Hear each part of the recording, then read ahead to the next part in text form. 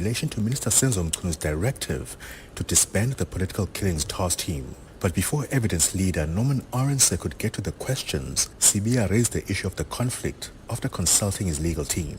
Chair, in response to my short meeting with my legal team, I'm advised that I will proceed. I'm proceeding, but I must note or indicate rather that I do so under protest, Chair, in case at the ultimate end, because I will be participating in a process that I believe could be tainted.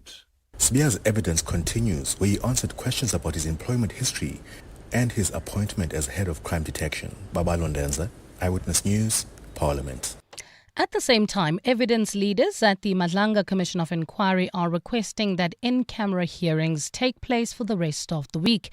In an application, they argue that a temporary closed session will allow the Commission to receive vital evidence without jeopardizing parallel criminal proceedings. The evidence leaders allude to the next witness as someone who formed part of the Gauteng Counterintelligence Operations team and was instrumental in the arrests of Vusumuzi Ket Matlala as well as Gati so KT Molefe. Oren Singh reports. In their application, the Madlanga Commission evidence leaders claim that certain evidence presented by the next witness will refer to internal operational strategies used by SAPS and the disclosure of investigative techniques such as intelligence gathering, surveillance methods or analytical tools, which would risk revealing how SAPS detects and disrupts criminal activity. They claim that by revealing these techniques, they would equip criminal networks with the knowledge needed to evade law enforcement scrutiny.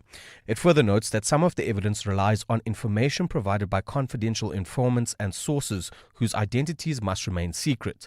The evidence leaders are requesting that testimony be conducted in a closed session for the rest of the week and in a partially closed session with only the voice of the witness to be granted for 2 days next week. Aryan Singh, Eyewitness News. In the courts now, the defence's first witness in the Senzo Meyiwa trial has taken to the witness stand in the Pretoria High Court today. The matter resumed after several postponements, with the defense promising to be ready. 5 men are standing trial for the 2014 murder of Senzo Meyiwa at the Voslera's home of his then-girlfriend Kelly Khumalo. Khomotso Modise has more. It's been almost 3 months since the state wrapped up its case against the 5 accused in the Senzo Meyiwa trial, and the ball is now in the defence's court to call their witnesses. Accused number 1, Sibiya, has taken the stand in his own defense as the first witness. His lawyer, Advocate Charles Mnisi, has started leading his evidence. Then he repeated again the same question, that what is it that I know about the death of Senzo Meyiwa? Yes.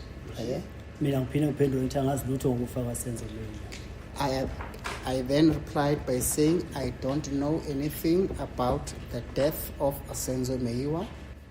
Meanwhile, the court has made an order compelling legal aid to cover accommodation and travel costs for all the defence's witnesses for the duration of their testimonies. Khomotso Modise, Eyewitness News, Pretoria. And several buses carrying prisoners released by Israel in exchange for hostages freed by Hamas have arrived in Gaza. Thousands of people gathered to welcome the prisoners, cheering and waving Palestinian as well as Hamas flags in celebration. It follows a ceasefire deal between Israel and Hamas, brokered by U.S. President Donald Trump. Earlier today, Trump received a standing ovation from Israeli lawmakers during his address to Parliament. Gold is trading at $4,072.08 an ounce. The rand is at 17.31 to the dollar, 23.09 to the pound, 20.07 to the euro, and Brent crude oil is at $63.64 a barrel. Heading towards Bedfordview, we still have slow-moving traffic. This is in the Edenville area, R24 westbound between Edenville Road and the Gililees interchange, and in the Calvin Alex area. There's also slow-moving traffic due to roadworks on the N3. This is in both directions between the Petrol interchange and London Road.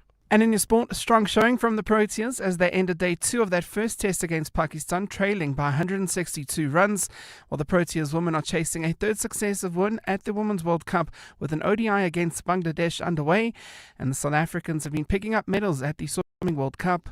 It's a partly cloudy afternoon in Gauteng today. Temperatures have peaked at highs of between 28 and 31 degrees. The top story in EWN this hour, former head of PRASA, Lucky Montana, insists he doesn't owe the South African Revenue Service a cent after it revealed he has a tax debt of 55 million rand.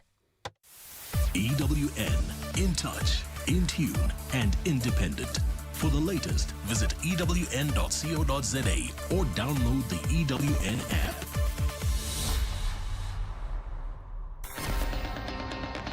You're with John Perlman on 702. Streaming on the Prime Media Plus app, DSTV channel 856, 92.7 and 106 FM.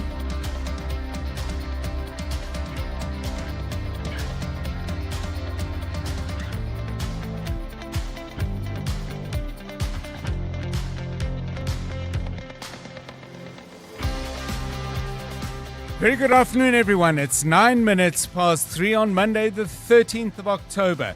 This is 702 Drive with me, John Perlman. Wherever you are listening to us in 702 land, welcome to the show. A terrible bus tragedy in Limpopo has left 42 people dead. Our condolences, of course, go out to everyone who suffered loss in this tragedy. But the tragedy has also raised some important questions about the safety of transnational bus travel. More on that after 4. Some other stories we're doing. At the Parliamentary Ad Hoc Committee, Deputy National Police Commissioner Shadrack Sibiya is putting his case after a string of allegations against him earlier by Commissioner Nhlanhla Mkhwanazi, as well as by National Police Commissioner Fani Masemola. How's he getting on? Well, Babalo Ndenze is listening closely and will join us after 5. So far, it's just evidence leader, Advocate Norman Arendse, who has been guiding General Sibiya through this. It will hot up, I'm sure, when MPs start asking questions. A new study shows that while we've managed to deal with HIV/AIDS as a country and with it raise our country's average life expectancy, we're slowly seeing those gains reversed. Life expectancy is now down, and the reason behind that is a steep rise in non-communicable diseases. We'll look at that after 4. And if you are a fan of the boss, I don't mean your boss, listen carefully at around 10 to 5 as we give you a chance to win tickets to the still-to-be-released Bruce Springsteen movie, a chance for you to see it before anyone else. You'll get a place in the draw for a unique album collection, and you could win yourself 2,000 Rand. We've got all that and a whole lot more on 702 Drive, including breaking news, news from the roads in our regular traffic updates, and the latest from the markets.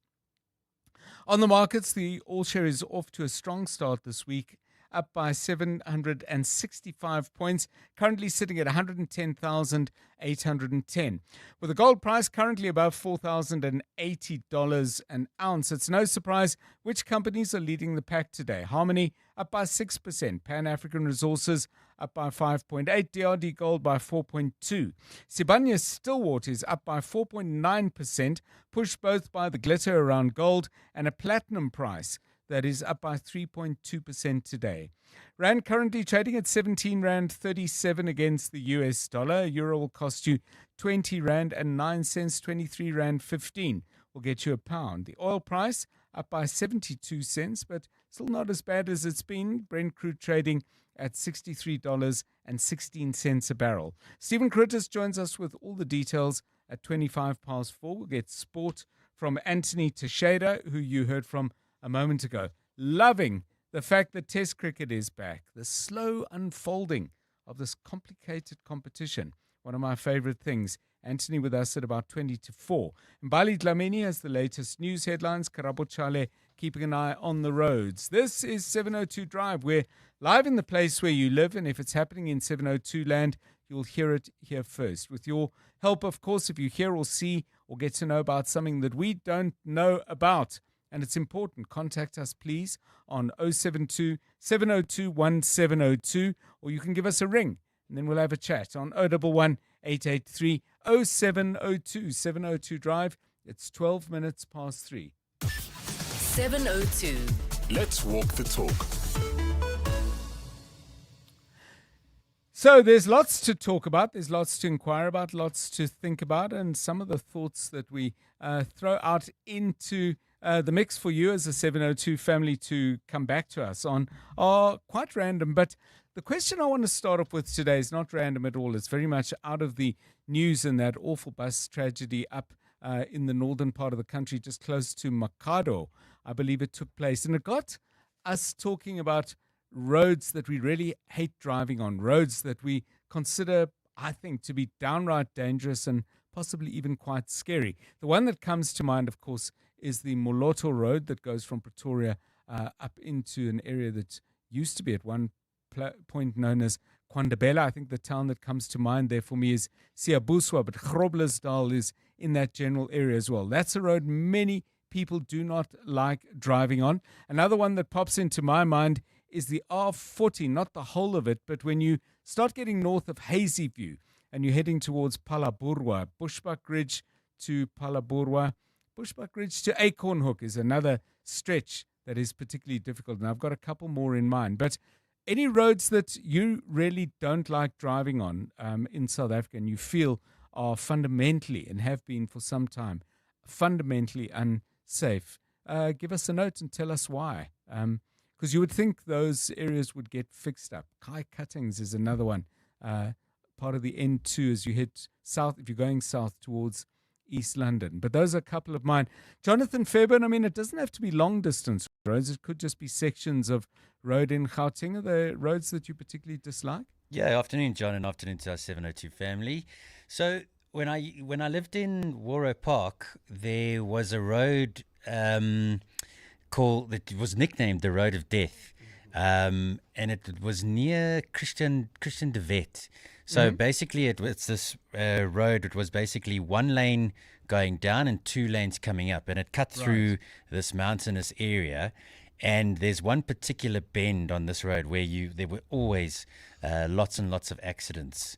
So that, for me, that road I used to hate traveling on it, particularly at night as well.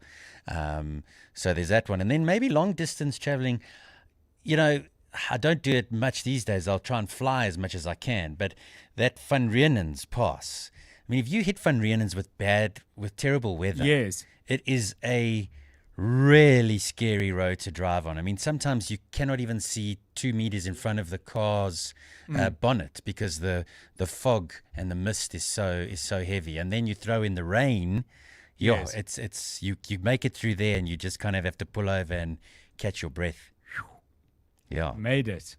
Finished it. Done it. I've got a couple more, but I'd rather get yours. How about you, Karabo Chale? You, Mr. Rhodes here, as part of the 702 Drive team. Roads that... Part of the reason, by the way, I'm asking this is because some of these roads, things could be made better. I mean, the Moloto Road has been a subject of parliamentary inquiries and others, but your thoughts? So I drive to Zeerust mostly every school holidays just to drop off my kid at grandmother's place there in Zeerust. But it's the R509 as you get off Magalies and then head on to Derby, Koester, Swartgerrans. Is Ventersdorp on that road? No. It's a different one. No, that's heading towards Zeerust and Magalies area. The potholes are a disaster. I think there's more potholes than there is the road itself. There's another part where you drive on the road, but you can't really, you have to drive on the side of the road. Because there's so many potholes on the road. So I'm like, are you serious? And this has been on and on for years. And it's just, they can't seem to figure it out or fix the potholes because they'll fix it in winter, summer, when the rains come. It's the same story. Yeah, but in fairness, they're facing challenges. Lots of challenges. We need a task team. Or an inquiry at the very least. Okay, so roads that you consider downright scary in South Africa. And as you share them with us, first of all, tell us what's difficult about them. But then secondly, maybe there are solutions, remedies. It sounds like, what did you say that was, 509? Oh, yeah, R509. Yeah, it sounds like R509 just needs some fixing. But there are other roads. I mean, the difficulty on the R40 for me is the road, I haven't driven it for a while, is not in bad nick, but the driving in that area, yes. And if you want to get cross with me, if you're from that area and say the driving is not so bad, I'm happy to debate it. But there's something about the driving there that is a little wild. And the scary thing about the R509 is that there's a lot of potholes and you're trying to dodge them, and there's also trucks. Yes. There's a lot of trucks on that route. Heading so for the border. Imagine trying to Yes. dodge and navigate with the trucks coming onto. Oh, it's scary. Roads to avoid in South Africa. Send us yours, please, on 011 883 0702 072 702 1702. Consider it public service. You could perhaps advise us on alternative routes while you're about it. 3:18. Let's talk about roads in general and traffic in Gauteng. Karabo. Well, at this stage, John, not looking too bad in 702 land. I must say no accidents have been reported. Just those usual delays. This is heading in and out of Alex. There's those roadworks on the N3 causing delays in both directions between London Road and the Butlu interchange. Look out for those faulty traffic lights. 4 ways, Uranium and Cedar. Also traffic lights not working in Sunning Hill at Witkoppen and Rivonia Road. If you come across any other traffic issues, please WhatsApp us on 072 702 1702. You're with John Perlman on 702. Let's walk the talk. 3:19. Well, we'd love to tell you what's been happening at the Madlanga Commission of Inquiry, but to some degree, not much has been happening because there's a debate about what should be happening next. The question of evidence being heard in camera has always been on the table, but it's front and center now because there is, as I understand it, some media house opposition to the decisions that the Commission is taking. So let's get the lowdown. Oren Singh has been watching the Commission and joins us now. Oren, a very good afternoon to you. So, what do we know so far? I mean, has the Commission, for example, explained what kind of things will be in camera and which ones won't? Or is it a general provision that they're looking to exercise the right on? So the application that the evidence leaders from the commission were going to make to the commission chair, Justice Mbuyiseni Madlanga, and his co-commissioners has been provided to the media. I've briefly gone through it, John, and it speaks to the next witness in specific. And it doesn't directly say who this witness is, but it alludes to it possibly being a member of the Gauteng Counterintelligence Operations Team. This is the team that arrested Vusi Musi Kat Matlala, as well as Katiso Katie Molefe.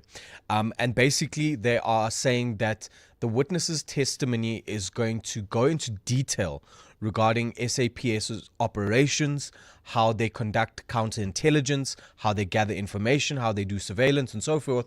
And that could be detrimental to the criminal investigation that's still ongoing, but also to the informants and sources and witnesses and whistleblowers that form part of this case that need to be protected. So they're claiming that this is the reason they want the next witness to be heard in a closed session out of the public eye and view.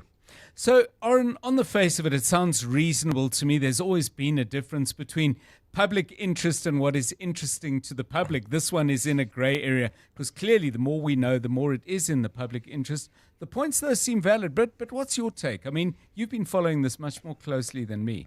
I think we need a little bit more, John. And we're hoping that tomorrow morning, when the evidence leaders submit their final application and that Justice Madlanga actually goes through it and provides reasoning as to why he's taking a specific decision, we're given a little bit more as to what the reasoning is behind having this witness heard in camera. Bearing in mind that next week they want a separate witness to be heard in camera as well, but allow the media and public audio of that witness. So we just won't see the identity of that witness. It'll be anonymous. But for this week, they want the witness from today, tomorrow until Friday, they want the witness to be in a closed session. So, I mean, the reasons need to be quite stringent into what's actually going to be heard from this witness. They've given us a little bit, but I think a little bit more detail is always good, just so that the lines of transparency around this commission are not blurred.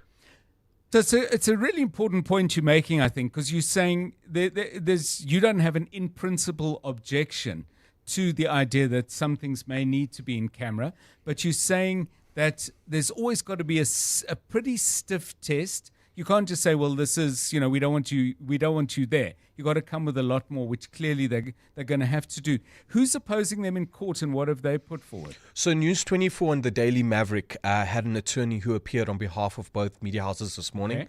They're planning to oppose the evidence leader's application or submission to have this witness testify in camera. They're claiming that this needs to be a clear and transparent commission, which everyone in the public domain expected from the get-go. But like you said, John, I think there are certain things that won't be available or made clear to the public. And from the start, Justice Madlanga was quite clear in that any information that pertains to state secrets or of national security need to be withheld. And I think the one thing in the evidence leaders application is that they don't want to make the criminals clever. And I think that's a very important aspect to look at when you're talking about how police conduct certain sensitive, covert policing operations. That can be used to their disadvantage at the end of the day, because criminals, just like ordinary South Africans, are watching this commission very carefully. Yeah, thank you very much, Oren Singh. It's an important issue. Oren will be on top of it tomorrow as the matter gets heard. And I'd love to get your views. I'm a little bit torn. But I think on balance, if anything were to jeopardize a criminal investigation, particularly one that's coming to fruition and might be headed for court, I'm a little bit persuaded. But Oren's got me thinking again, saying you can't just come there and say, well, this is not. And in fairness, I don't think that's what the commission is doing. But it's got to be very, very stringent, and it's got to be very, very specific. But what do you think? I know there's a lot of people who feel when things get taken behind doors at a commission of this significance, there might be stuff said and deals done. That, I have to say, is not my particular fear. But if it's yours or you're concerned about anything else, give us a call. It's a great debate, and I don't believe it's absolutely clear-cut. So you get us on 072-702-1702 and 011-883-0702. It's 24 minutes past 3. Drive home with John Perlman On 702, let's walk the talk. Well, a matter of great concern, I think, for the whole country, never mind the fact that it's taking place in the Eastern Cape, is the violent protests that have been taking place at the University of Fort Hare. And there's been a great deal of misgiving expressed about the fact that what might be up to 500 million rands worth of damage has been done due to arson attacks on university properties. A real insight into certainly how the vice-chancellor of the university sees what's going on comes out of an interview done in Daily Maverick by their Eastern Cape journalist Estelle Ellis. She had a long sit-down and chat to the University of Fort Hare's vice-chancellor, Professor Sakela Buhlungu, and she joins us now on 702 Drive. Estelle, a really informative and extremely interesting interview in which the Vice-Chancellor says he believes that there are other forces involved in the burning of buildings that may be working with certain students, but it's not student anger alone that has led to the arson. What in essence has he been saying? Good afternoon. Good afternoon, John. So the Vice-Chancellor, as he calls them, the coalition of the compromised, I kind of liked, Yes. as a label. So he's saying, and I mean, he's coming from a history where his campus was destabilized by people that are now on trial for murder and for fraud.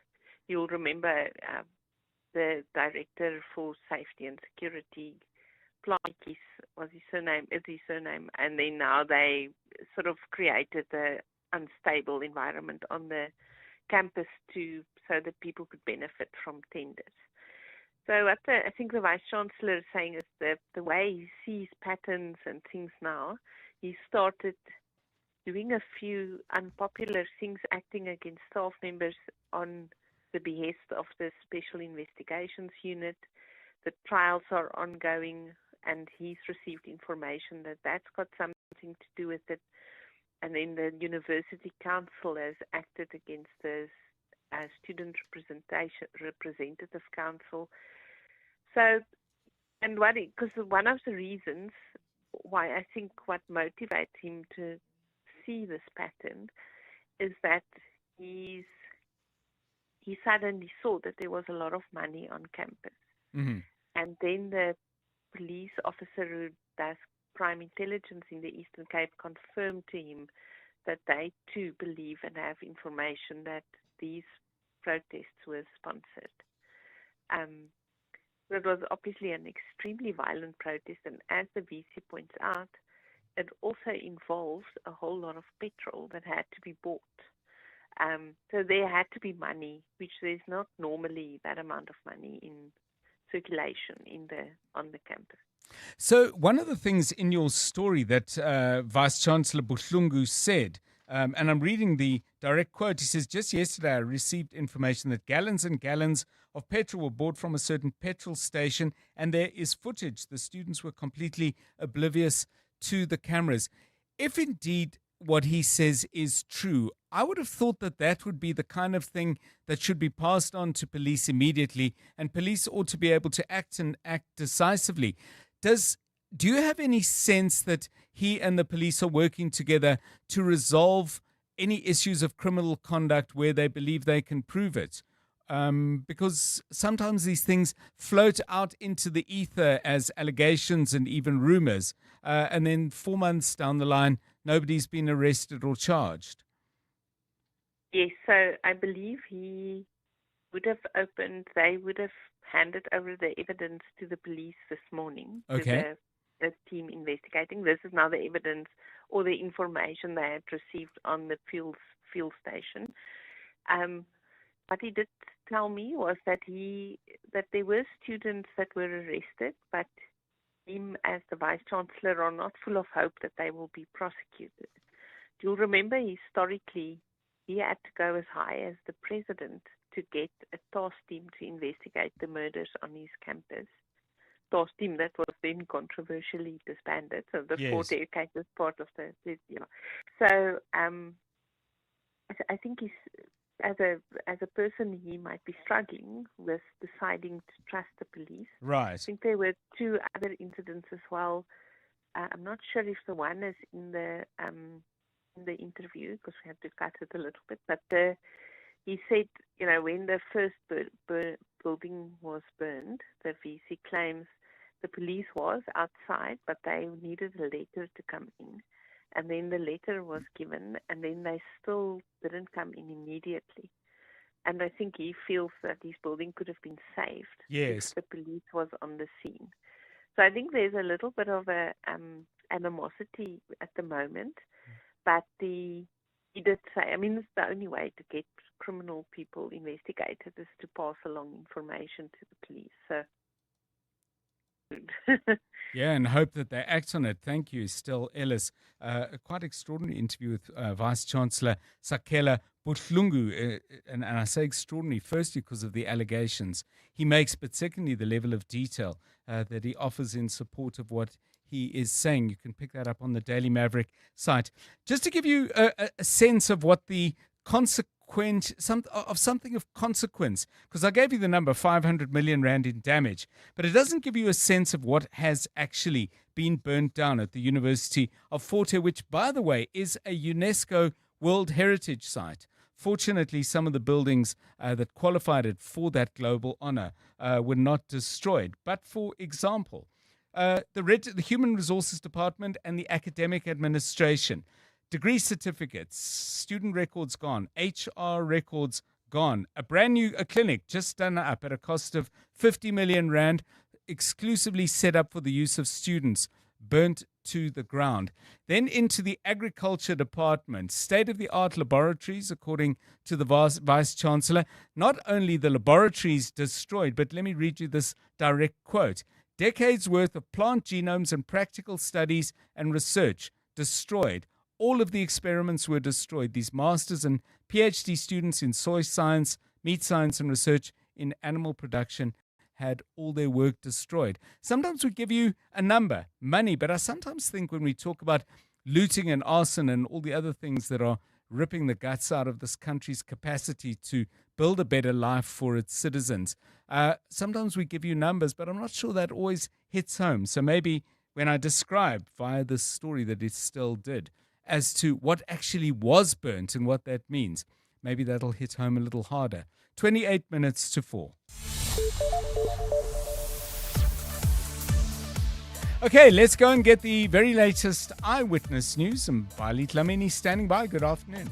Thanks, John. Good afternoon. Civil society group My Vote Counts has lodged its application for leave to appeal a recent High Court ruling. The ruling dismissed its case against the constitutionality of the Political Party Funding Act. It was handed down just 3 days after the President, acting on the advice of Parliament, officially doubled the annual limit to 30 million rand.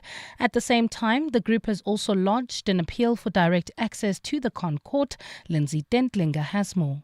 In its appeal application to the High Court, My Vote Counts disagrees with the full bench that its case became moot when the President announced a new donation limit and disclosure threshold in a proclamation. It says the court acted unfairly by not allowing the applicants to address the court on the matter of mootness. My Vote Counts says its challenge was not confined to numerical values of the thresholds, but the process in determining them and the lack of justification for a disclosure threshold. My Vote Counts thinks all political donations should be disclosed, including to independent candidates. The lobby group says the fact that the disclosure threshold doubled in quantum through the August proclamation reinforces the need for relief and does not render its arguments moot. The applicants argue the High Court did not sufficiently grapple with issues of constitutionality when considered against previous Constitutional Court rulings in respect of political funding.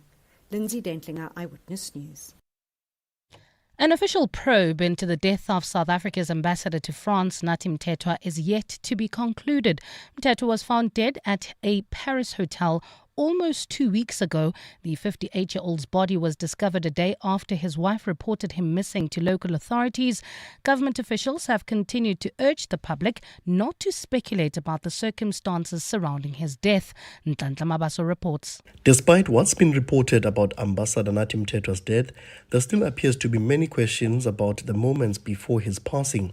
But Deputy Minister for International Relations, Elvin Portes, has called on the public to allow an investigation on the matter to run its course. Everything else will be concluded year after. Deputy President Paul Mashatile, who was recently in France for a working visit, says Mthethwa did not show any signs of being in distress. In fact, a week before he was in a cultural activity, dancing. So it came as a shock to us when we were told that he took his life. The Department of International Relations and Cooperation says the outcomes of the report will be communicated in due course.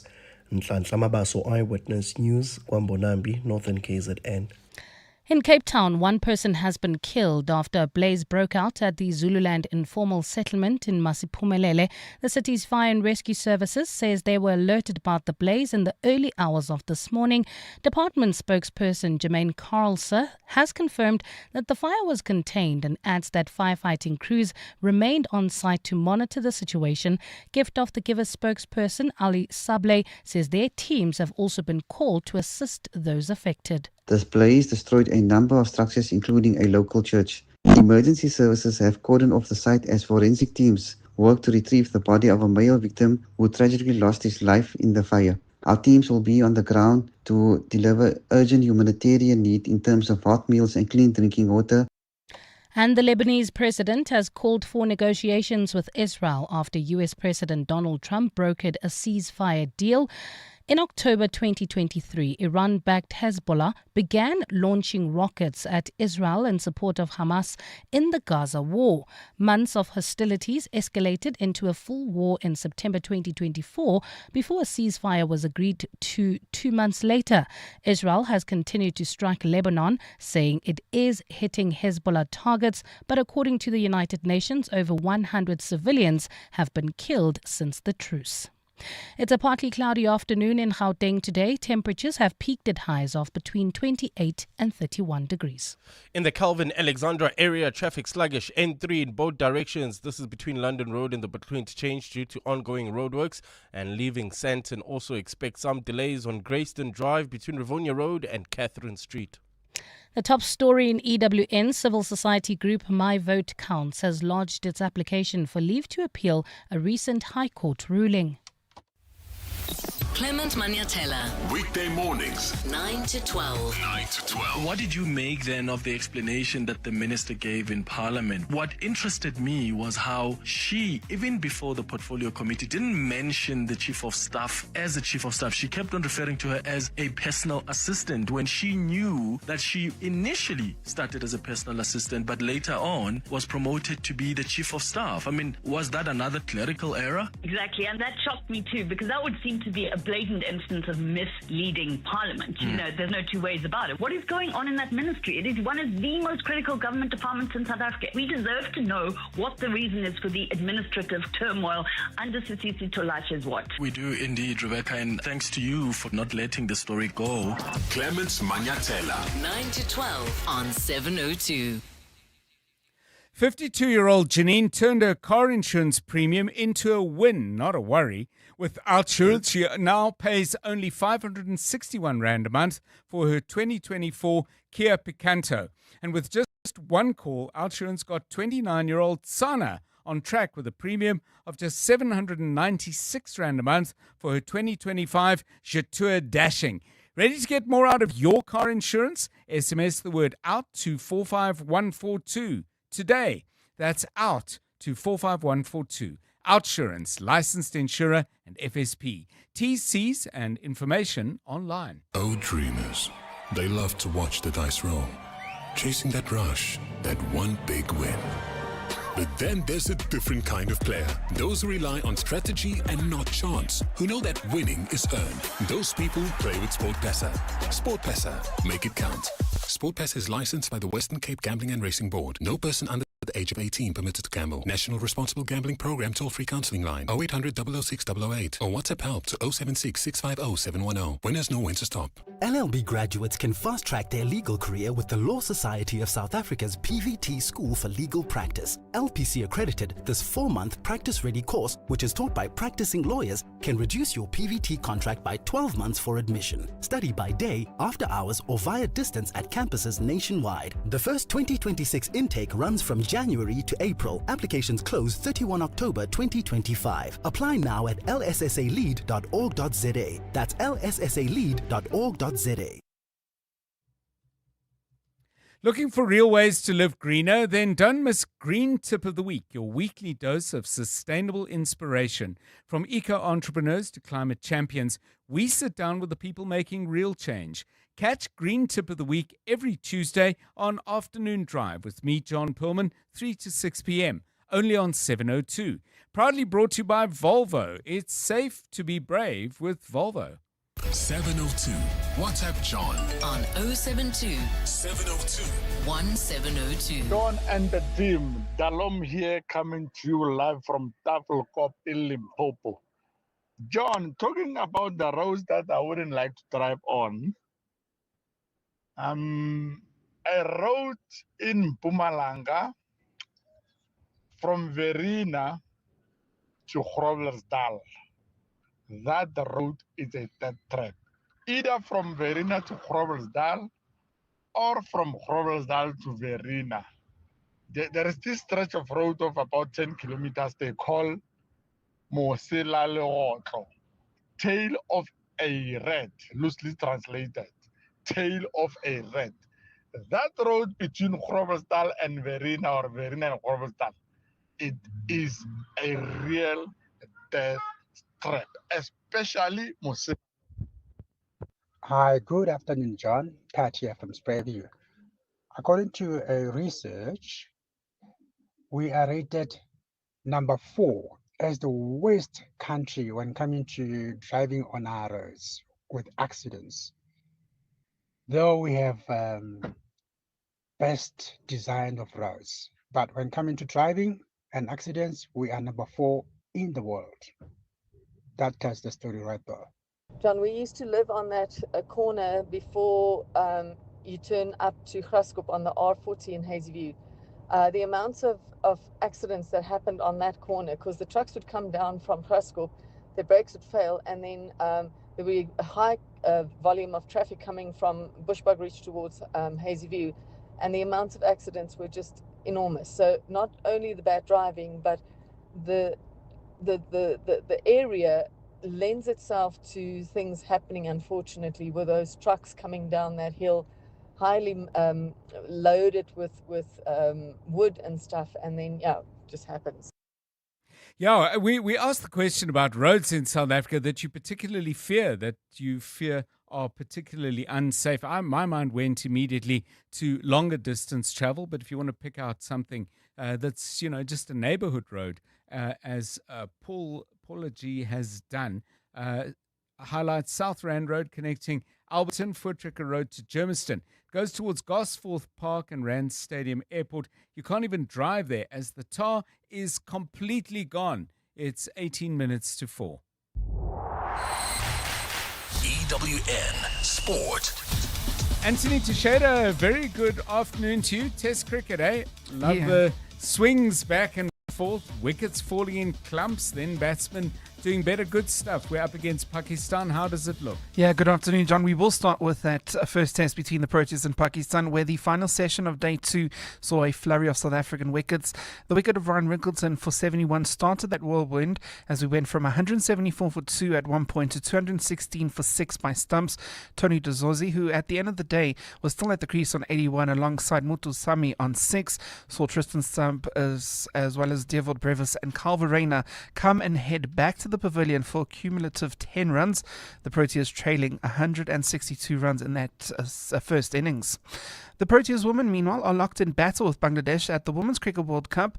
For a second game running, the death bowling has let the South Africans down, with Bangladesh scoring 57 runs in the last 5 overs as they posted a competitive 232 for 6. The Proteas women have started that chase, and at the moment, they are currently 13 for the loss of 1 in the 5th over. Tasman Brits gone for a golden duck. Let's move now to the Indian men, where the whole of day 5 they will need to score just 58 runs to seal the second test victory against the West Indies. Over the course of today, the Windies were dispersed for 390 in their second innings after their follow-on was enforced, setting a target of 121. By stumps, India reached 64 for the loss of 1. In football, Ghana became the 5th African nation after Algeria, Egypt, Morocco and Tunisia to qualify for the 2026 FIFA World Cup, while Bafana have a date with their qualifying tomorrow. They clash with Rwanda at the Mbombela Stadium. Friday evening, Bafana ended goalless with Zimbabwe, meaning they now need victory and for Nigeria to do them a favor and beat Benin if they are to head to the North American event. Yastapelo Morena. Yeah, look, I think we obviously over the Friday game, and I think even in training you can see there's a bit of a buzz. Everyone's excited to get out there and get all the points. With no respect to Rwanda, but it's our home game.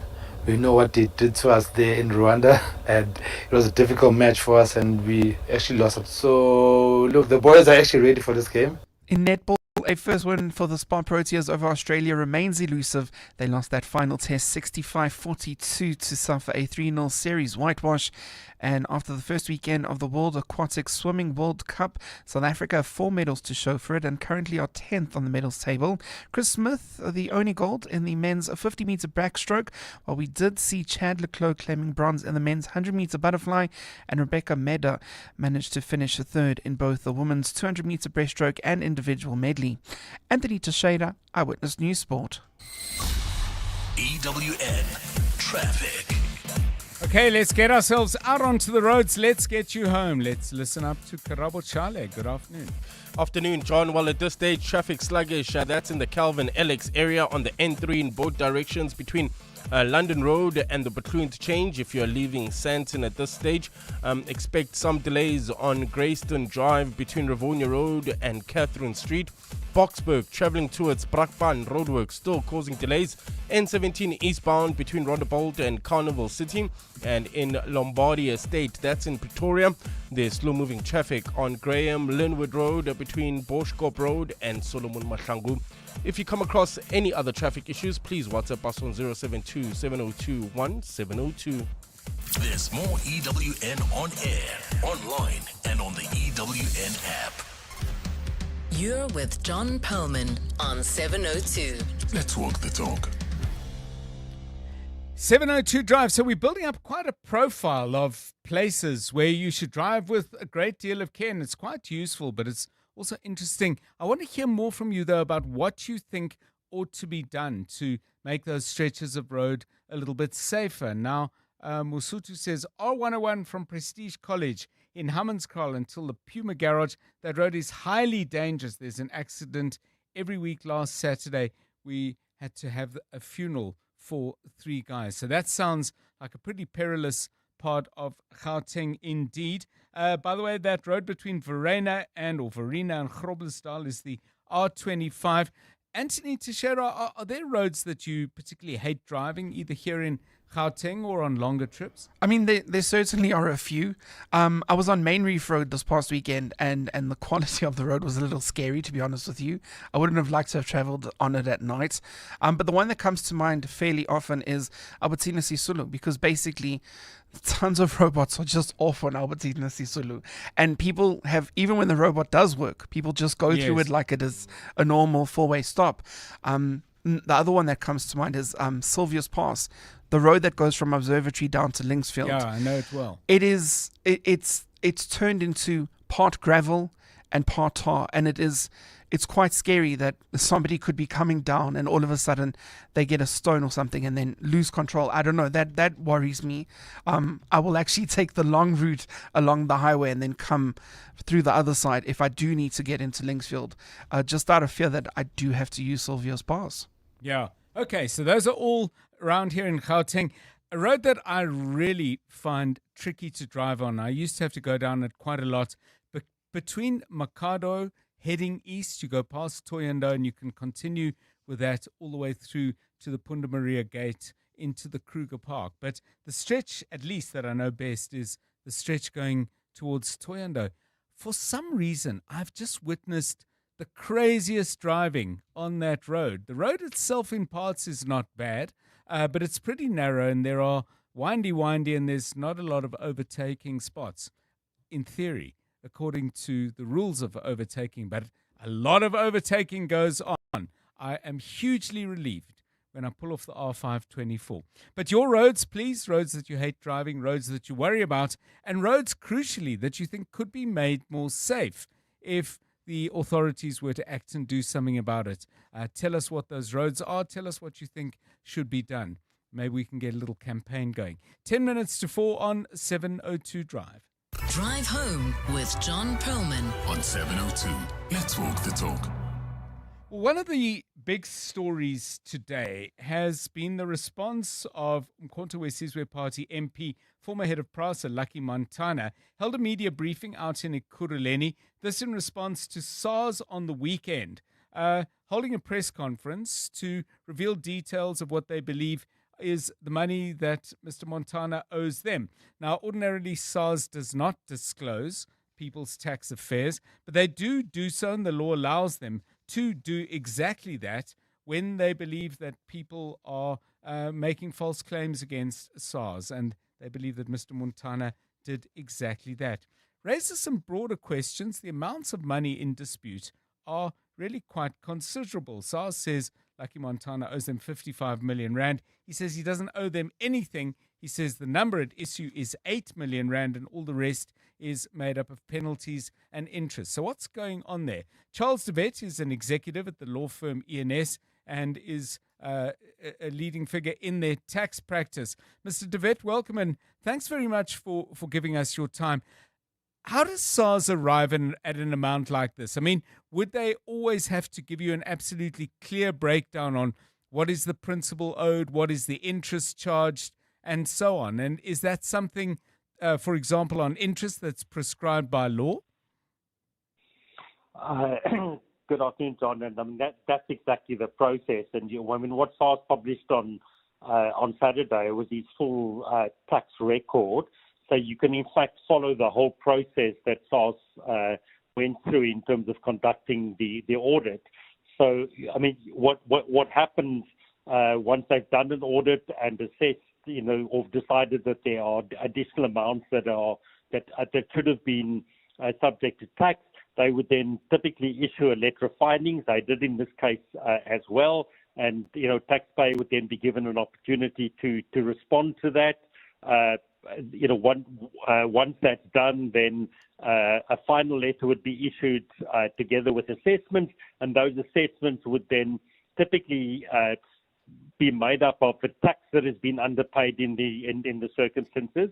There would be late payment penalties that would be payable, which would be typically 10% of the amount of tax that is due.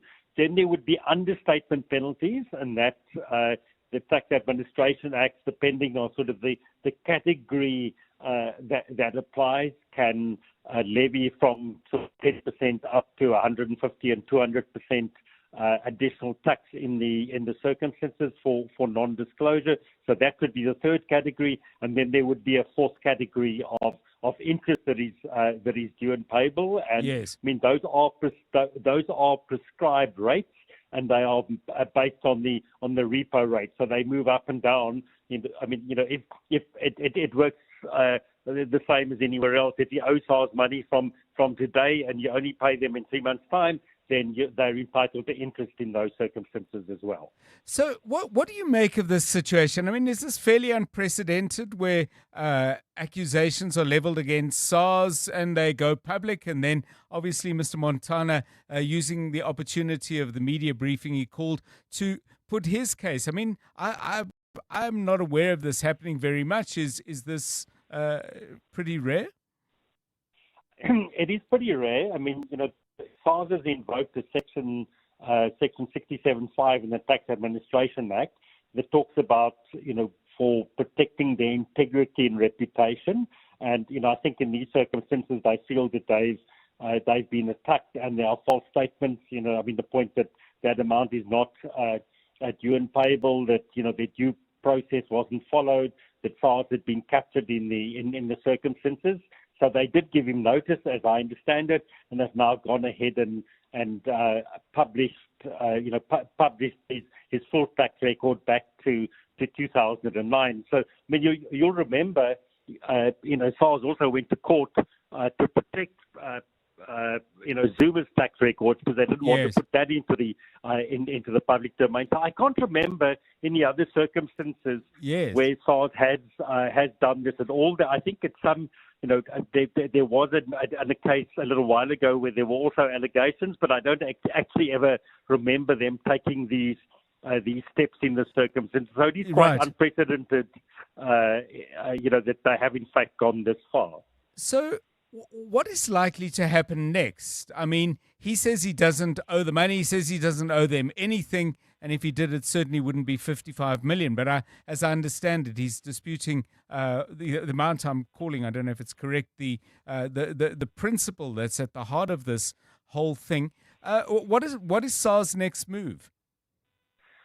Well, I mean, what has happened, throughout the process, they have engaged with them. There has been quite a lot of correspondence backwards and forwards, and as I understand it, at the moment, the SARS has applied for the sequestration of his estate because based on the list of assets that they have available, that is far less than his than the tax debt that is due to them.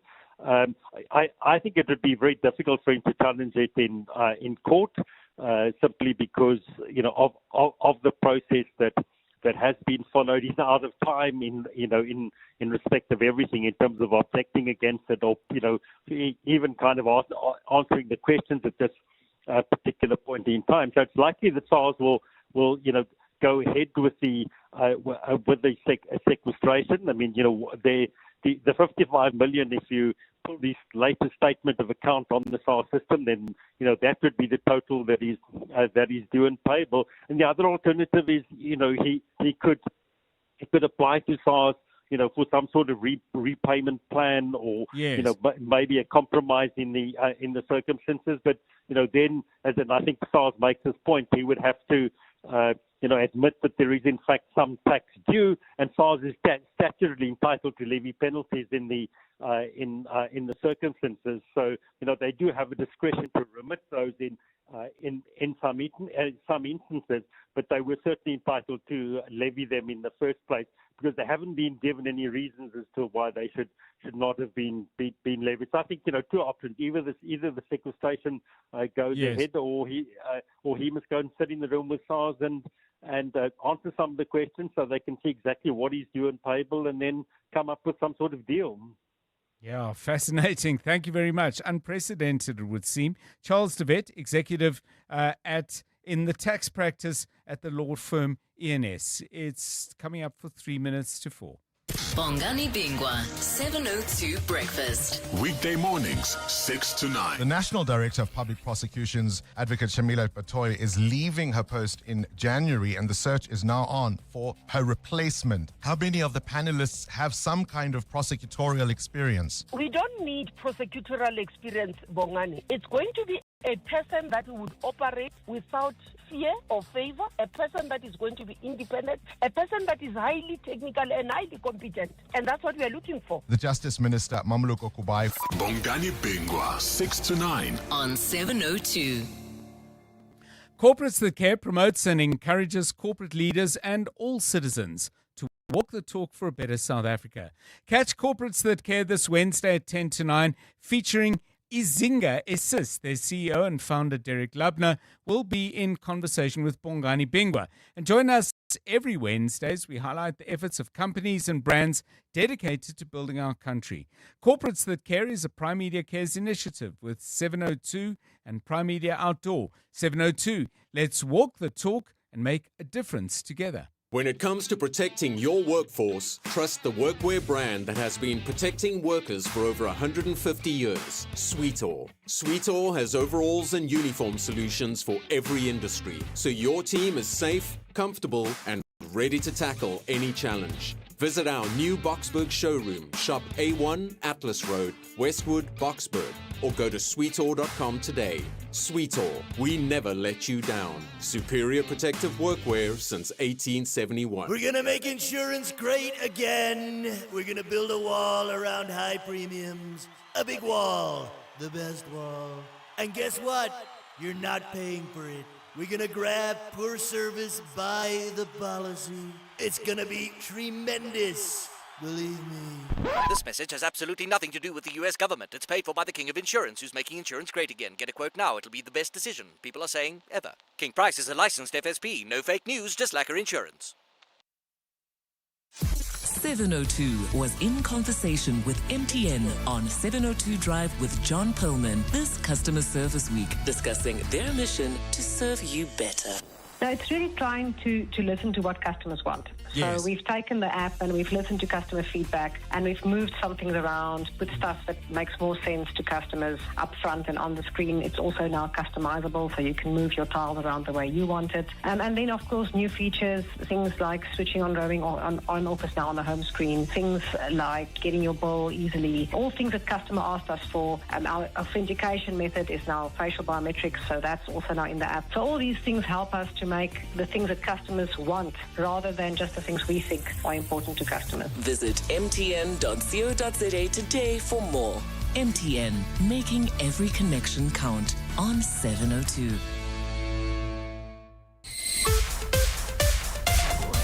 This is EWN. President Ramaphosa denies links to corruption-accused tender tycoon, and accused number one in the Senzo Meyiwa trial denies involvement in his murder.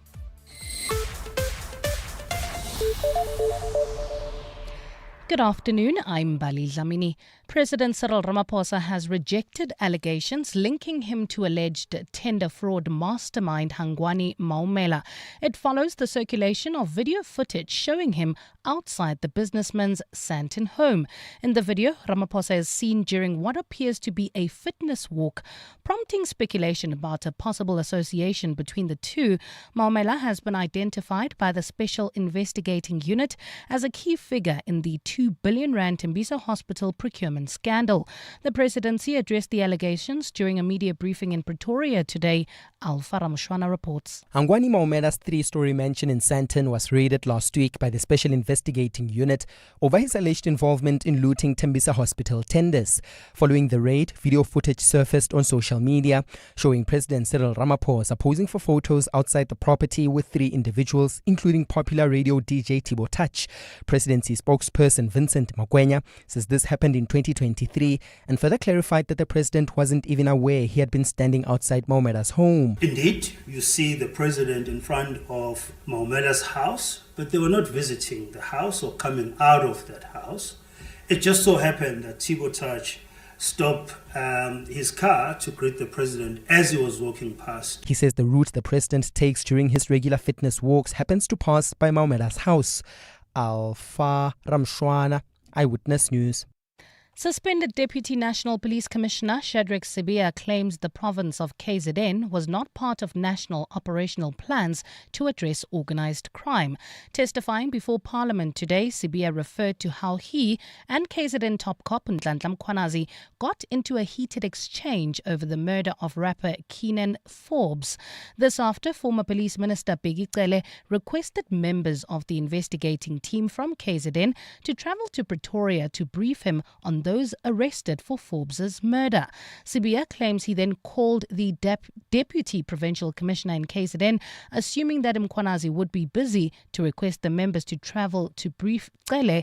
Mkhwanazi did not take this kindly, for Sibiya bypassing him and speaking to his deputy. Sibiya alleges this resulted in the province of KZN suffering as Mkhwanazi refused to form part of national policing operations to then combat organised crime. Cash in transit is high in KZN. We've got hitmen in KZN. We've got drugs at the harbors. We've got a lot of crime. We've got the people burning the trucks. We've got a number of issues that were happening in KZN, and yet there's no relationship. So KZN was suffering. To this now, former head of PRASA Lucky Montana insists he does not owe the South African Revenue Service a cent after it revealed he has a tax debt of 55 million rand. Montana held a media briefing in Ekurhuleni this afternoon to respond to a weekend briefing by SARS where it took the extraordinary step of publicly disclosing his tax debt. The Revenue Service says it was forced into this move to preserve its integrity after Montana publicly accused it of fraud. Thabiso Koba reports. Between 2009 and 2019, the SA Revenue Service says there was a number of undeclared income into Lucky Montana's bank accounts. This was at the time when he was heading the state-owned passenger rail agency. Montana says more than 80% of the quoted 55 million rand is inclusive of accumulative interest on penalties. Even our Mashonisas in the streets, they don't charge those rates. Mashonisas who take bank cards from our parents, they don't charge the penalties that SARS imposes. It's so unreasonable. And I think this is insane. And I think the commissioner of SARS should be ashamed of himself that they're doing that to ordinary South Africans. Montana says his capital tax burden without the penalties is around 8 million rand, which is also disputing. Thabiso Koba, Eyewitness News, Ekurhuleni. In the courts now, the first accused in the Senzo Meyiwa trial has told the Pretoria High Court that he had no involvement in the football star's murder. The defence opened its case today and Muzi Sibiya is the first witness to take the stand.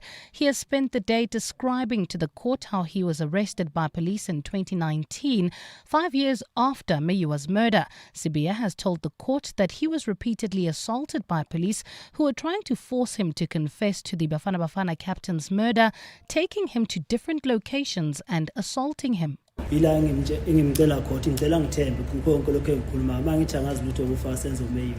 is when I asked him to trust me, not to believe me, when I was informing him that I don't know anything about the death of Senzo Meyiwa. And several buses carrying prisoners released by Israel in exchange for hostages freed by Hamas have arrived in Gaza. Thousands of people gathered to welcome the prisoners, cheering and waving Palestinian and Hamas flags in celebration. It follows a ceasefire deal between Israel and Hamas, which was brokered by US President Donald Trump. Earlier today, Trump received a standing ovation from Israeli lawmakers during his address to Parliament. Gold is trading at $4,072.09 an ounce. The rand is at 17.32 to the dollar, 23.10 to the pound, 20.07 to the euro, and Brent crude oil is at $63.64 a barrel. Bumper-to-bumper traffic in the Calvin Alex area. That's on the N3 in both directions between London Road and the Butlu interchange due to ongoing road works. If you're leaving Sandton at this hour, expect some delays on Greystone Drive between Rivonia Road and Catherine Street, and in Boksburg traveling towards Brakpan. Roadworks causing heavy delays on the N17 eastbound between Rondebolt and Carnival City. And in your sport, Proteas women chasing 233 for victory against Bangladesh at the Cricket World Cup. Half centuries from Ryan Rinkleton and Tony Dzozi sees a marked improvement from the Proteas on day 2 of that first test against Pakistan. And MotoGP champion Marc Marquez undergoes successful shoulder surgery. A partly cloudy Tuesday expected in Gauteng tomorrow. Joburg dropping to overnight lows of 12 degrees, peaking at 28. Pretoria 17 and 31, and Vereeniging 15 and 30 degrees. The top story in EWN this hour. President Cyril Ramaphosa has rejected allegations linking him to alleged tender fraud mastermind Hangwani Maumela. EWN, in touch, in tune, and independent. For the latest, visit ewn.co.za or download the EWN app. 7:02. Drive home with John Perlman. John Perlman, 3 to 6 p.m. On 92.7 and 106 FM. Let's walk the talk. 7:02 Drive, it's 8 minutes past 4. Good to have you with us on the show. Coming up over the next hour or so.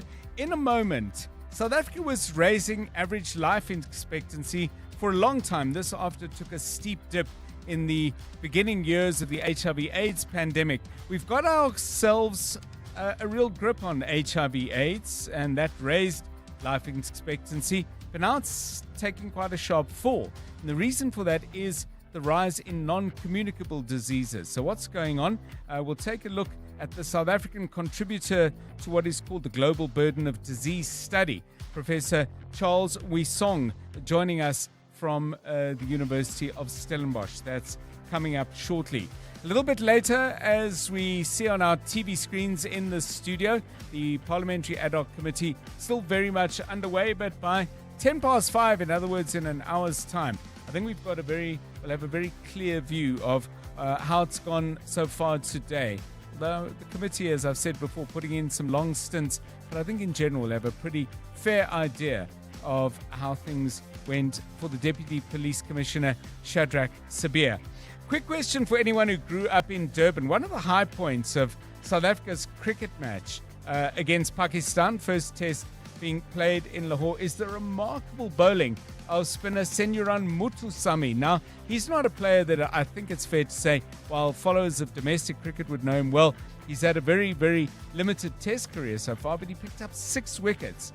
Fabulous performance, and anyone who knows him or might have played against him, he went to a school in Durban called Clifton.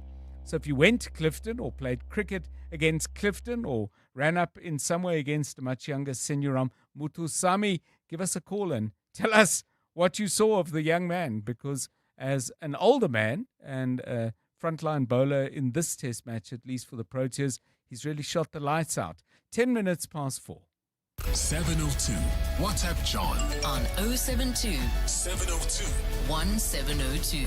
Hey John, Isaac here from Pretoria. Sure. The West Road I've drove is in Mpumalanga, R40, between Bushbuck Ridge, going past Akunuk to Kruger National Park, there by Open Gate, towards Manyeleti Game Reserve. Hey, that road is terrible. There's a lot of trucks driving on that road. It's a narrow road, you can't overtake. It's a West Road I've drove around Mpumalanga. Thank you, bye-bye. Hi, Johnny and team. Good afternoon. Yeah, the road between Verena and Groblersdal. All you have to say is, I highlighted that R40 before. Now, the point that caller was making, There are places where you can't overtake. No, you can't overtake legally. The problem is people do overtake. That's stretch. There's some others as well. I hope this is a good public service. Khumolso says, I think the one I'm really scared of is the R37 between Luboa, Khomo, and Burgersfort. This is not because of drivers. He says cows camp on that road. Tebza says, the road I most hate driving is the one in Machuba's Kloof. The steep up and down is a nightmare. Yeah, you got to drive that very carefully. Rudolph gives us a traffic tip, by the way, and says N3 towards Alberton from Soweto is standing still. Is that the N3? Is it not the N13? I thought it was the N12. Okay, 12, 13. I mean, we'll look into it. You'll look into it. Thank you very much. 702 Drive. We asked you questions about roads in South Africa that you hate driving, and crucially, what you think could be done to fix it. That could fix those roads and make them safer. It might be a technical thing, it might be an infrastructure thing, or it may well just be a thing of having more traffic enforcement on the roads. A confirmation of the road Costa to Zerist. Sibal Kulu says, my word. And then we have 6 emojis. You know when the characters holding their head. Yeah. But these ones are blue. Is the blue one worse? Clearly. The road is bad. But that's the road I was talking about earlier. It's a complete disaster. Okay, well, let's hear about the rest of the roads. What you got? EWN Traffic. Well, at this stage, if you're in the Calvin Alex area, there's still bumper traffic on the N3 in both directions. This is between London Road and the Butlu interchange. Leaving Sandton, expect some delays on Greyston Drive. This is between Rivonia Road and Catherine Street. There's also delays in the Boksburg area. This is due to roadworks heading towards Brakpan on the N17 eastbound between Rondebold and Carnival City. Protea Glen, Soweto. Traffic also heavily backed up. This is the N12 westbound approaching the R558. Lombardy Estate, that's in Tshwane. Slow moving traffic on Graham Linwood Road between Boschkop Road and Solomon Mahlangu. Leaving the Pretoria CBD as well. Traffic congested on Eskiam Pahlele between Vomhagen and the R8. If you come across any other traffic issues, please WhatsApp us on 072-702-1702. There's more EWN on air, online, and on the EWN app. You're with John Perlman on 702. Let's walk the talk. 14 minutes past 4. Still keen to get your thoughts on the Madlanga Commission. At issue is a matter that will now be heard in a court between the Commission that wants certain sessions to be held in camera and News 24 and Daily Maverick, who are contesting this. I don't know the exact parameters of what Daily Maverick and News 24 are raising, but they are concerned, as I gather, at any kind of sort of blanket permission that the Commission might have to simply say, okay, well, we've decided this is in camera. But it's a very, very interesting issue, and I haven't quite settled my mind on it. I can see there is public interest in, well, let me put it this way. There's huge interest from the public for the sessions to be open, but is that always in the public interest? On the one hand, there's the public interest matter of transparency. On the other, there are issues that the police are investigating, and the crimes involved are serious. Hired guns, killing people. There's a lot at stake here. So which do you think should prevail? I'd love your view on that. Please call me on 011-883-0702. Also want to remind you, by the way, that in addition to listening to our conversations and contributing to them, if you have a mind to do that, you can also watch us in action because we are on YouTube. Just type in, well, go to YouTube, type in John Perlman 702 Afternoon Live. I think those 5 words would probably get you in to a picture of our wonderful studio, and you can see what we look like while we go about this. Some great faces. Well, let me speak of nobody else. I was about to say some great faces for radio gathered in our studio. 16 minutes past 4. Drive home with John Perlman on 702. Let's walk the talk. Well, a very important study was released a couple of days ago. It's called the Global Burden of Disease Study, and it's in the name of the well-known medical journal, The Lancet. Now, life expectancy in South Africa compared to 1990 has actually fallen. In 1990, our average life expectancy was 67.73 years. It's dropped, not catastrophically so, but it's dropped quite a bit to 66.55. What's important is that the global life expectancy averages increased by almost 10 years over this period. Now, if you look at that entire timeline, which is a long one, we would have had the HIV/AIDS pandemic in the midst of that, and South Africa was hammered by that, but South Africa also then got a grip on that massive health threat to our national health and has reeled it in. What's hitting us harder now is the danger of non-communicable diseases, and to get a sense of why that's happening and what the consequences might be, we're joined by Professor Charles Wisonge, who is extraordinary professor of global health in the Faculty of Medicine at the University of Stellenbosch and was South African contributor to this important global study. Prof, welcome and thanks very much for giving us your time. The impact on our national life expectancy of non-communicable diseases, is it some diseases in particular, or is it that entire family of health threats that has contributed? Good afternoon to you. Yeah, good afternoon, Uncle John, and thank you for having me. Yeah, just like you've said, generally the trend globally is the life expectancy is increasing. You see, from 1990 to now, to 2023, globally, the average life expectancy was 64 years. It has gone by a decade to 73, 74 years. And as you've indicated, for us in South Africa, in 1990, the average life expectancy was 67.7 years, say 68 years, and now it has gone down slightly to 66.5 years.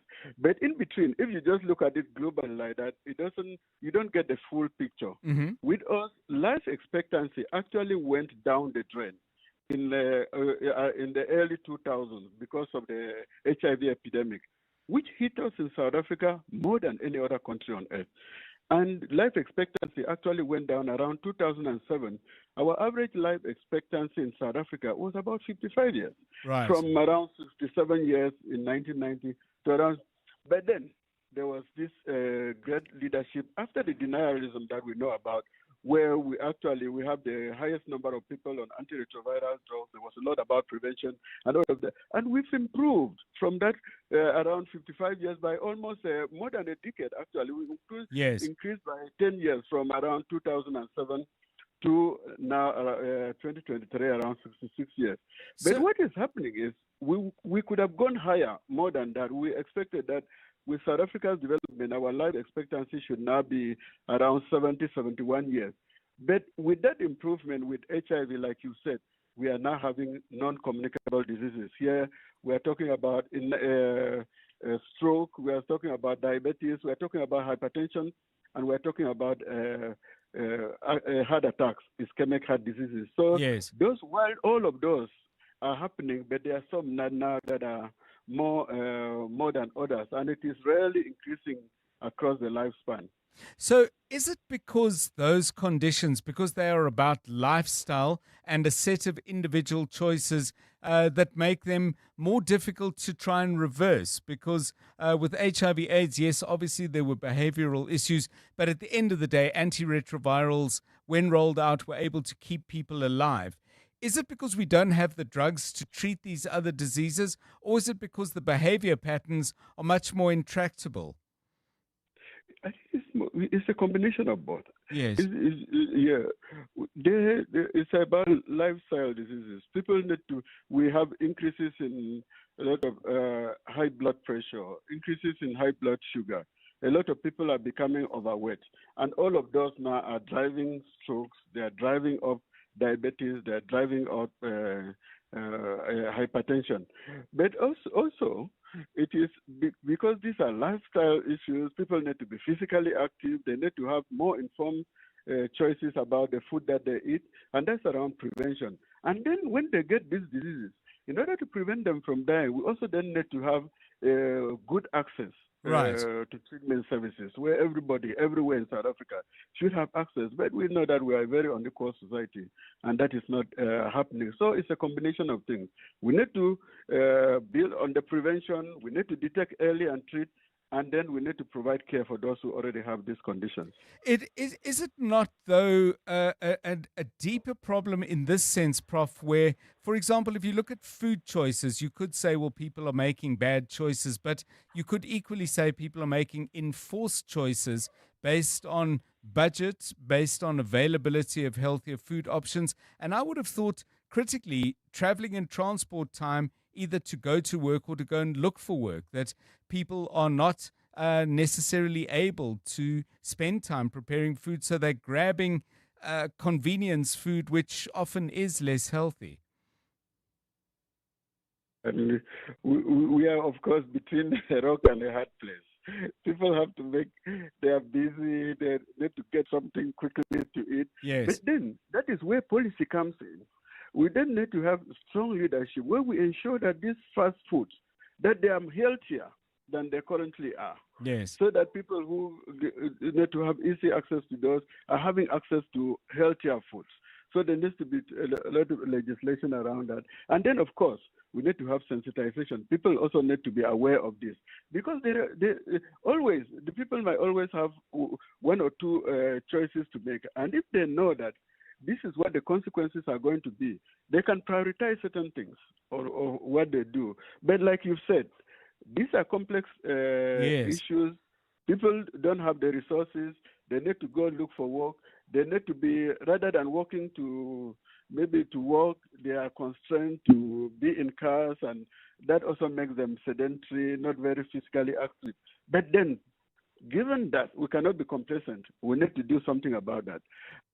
Thank you so much, Professor Charles Shea Wisonge, who's extraordinary professor of global health in the Faculty of Medicine at the University of Stellenbosch. I mean, the numbers don't lie, and the numbers are alarming. And I'm just wondering, in your own life, maybe it's affected you in your own health. Maybe it's affected the health of people around you, and particularly my mind goes to children. In general, do you have a sense of the effect this rise in non-communicable diseases is having on you and your family and people close to you? Give me a call on that. And if you've got an idea on remedies and solutions, well, that would be even more welcome. 072 702 1702. You're with John Perlman on 702. He's the boss, the legend, the sound of a generation, and now his story hits the big screen. And 702 is giving you the chance to win big. Play 2 truths and a lie, 3 Bruce Springsteen facts, but one of them is not true. That's the way the game works. WhatsApp Springsteen ZA to 072 702 1702, and we could be calling you to play. Spot the lie and win cash, screening tickets, and a collector's vinyl package. Only on 702. You're with John Perlman on 702. Well, the Senzo Meyiwa murder trial is back underway again in the Pretoria High Court, and after literally years and months and weeks and many long hours of hearing the case for the prosecution, the defense today has opened its case. So, what happened in the court? Let's hear. Khumotso Modise, a very good afternoon to you, back covering a story you've spent so much time on. First witness, I believe, one of the accused. That's right, John. Yes, Moses Bia is the first witness who's taken the stand in his defense today in the Pretoria High Court. And so far, he's really just gone through parts of the testimony that he gave in the trial within the trial. His lawyer, Advocate Charles Mlisi, has been taking him through the events of 2019 when he was arrested, initially on drug-related charges, and then later he was charged with the murder of Senzo Meyiwa. And so he's been speaking in court today on the witness stand, and he's maintained his innocence, John. He insists he's not behind the murder of Senzo Meyiwa, and he says he told the investigating officers, Brigadier Bongani Gininda, the lead investigating officer, that he knows nothing about the murder of Senzo Meyiwa, but he says the police continued to assault him in order to force him to confess to the crime. So in terms of, do you have any sense of what else the defense is going to be doing? I know it's a little complicated by the fact that all of the men in the dock have, if I'm not mistaken, all have different advocates. There may be a couple of advocates representing more than one, but there's quite a few nonetheless. Yes, so, what we know is that the defense has been working really closely together. I can tell you, John, that in court, oftentimes, even today, the defense would, almost huddle into a corner and strategize. So they are working as a team and as a unit. What we know from the defense today is that they have their witnesses lined up. The state says they have prepared subpoenas in order to compel some of the defense witnesses to come to court and meet and consult with the defense.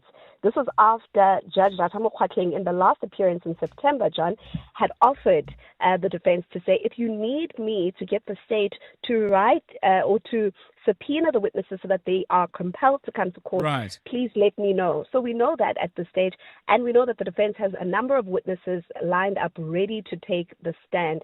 There was an issue, John, with the funding in terms of accommodation as well as transport for some of the witnesses. Many of the witnesses are coming from KZN, some are in Gauteng, and the legal aid representative was in court today to tell the court that they need an order from the court to basically state that they can fund the witnesses' accommodation as well as their transport fees. Thanks so much, Khumotso Modise. We are back in court in the Senzo Meyiwa murder trial. I don't know if this is the beginning of the end or the end of the beginning. It's always been hard to tell how long this is going to be progressing for. I suspect the witnesses called by the defense and the time spent cross-examining them will probably go more quickly, given how often the prosecution witnesses and proceedings put forward by the state prosecutor, I think it's William Beloy, were contested by counsel for the defense. So maybe we're on the home straight. I just don't know how long it is. It's 28 minutes past 4. EWN Business.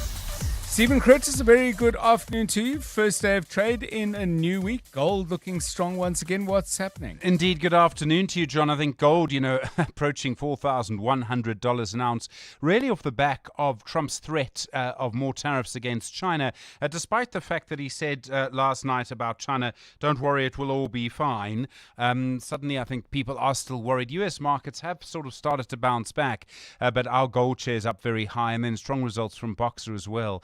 The JSE All Share up 0.9% at 111,014 points. Financials down 0.5%. Industrials down 0.6%. And resources, John, up 4.29%. I haven't sort of drawn up a list of words yet for the gold price this week. I better get onto that. It looks like I'm going to need it. Harmony up 7%. Pan-African Resource up 6.88%. Goldfields, Anglo Gold, all up very strongly. Goldfields up by 6.67%. Aspen are up 4.14%, John, because they've struck gold of a different kind. There's confirmation today from the South African Health Products Regulatory Authority that they're able to go ahead with the new weight management treatment Manjaro. What is the big advantage compared to the others? Some of them you need to have every day. This allows you to do it once a week. There are some treatments that are a sort of pill a week. Some of them are a jab a week. But basically the idea is it helps with weight management. And I don't know if you know this about human beings, but the person who controls the pill to help you lose weight is going to have an awful lot of gold by the time they're done with it. Boxer down 0.5% today. It confirmed its turnover. It was a strong update.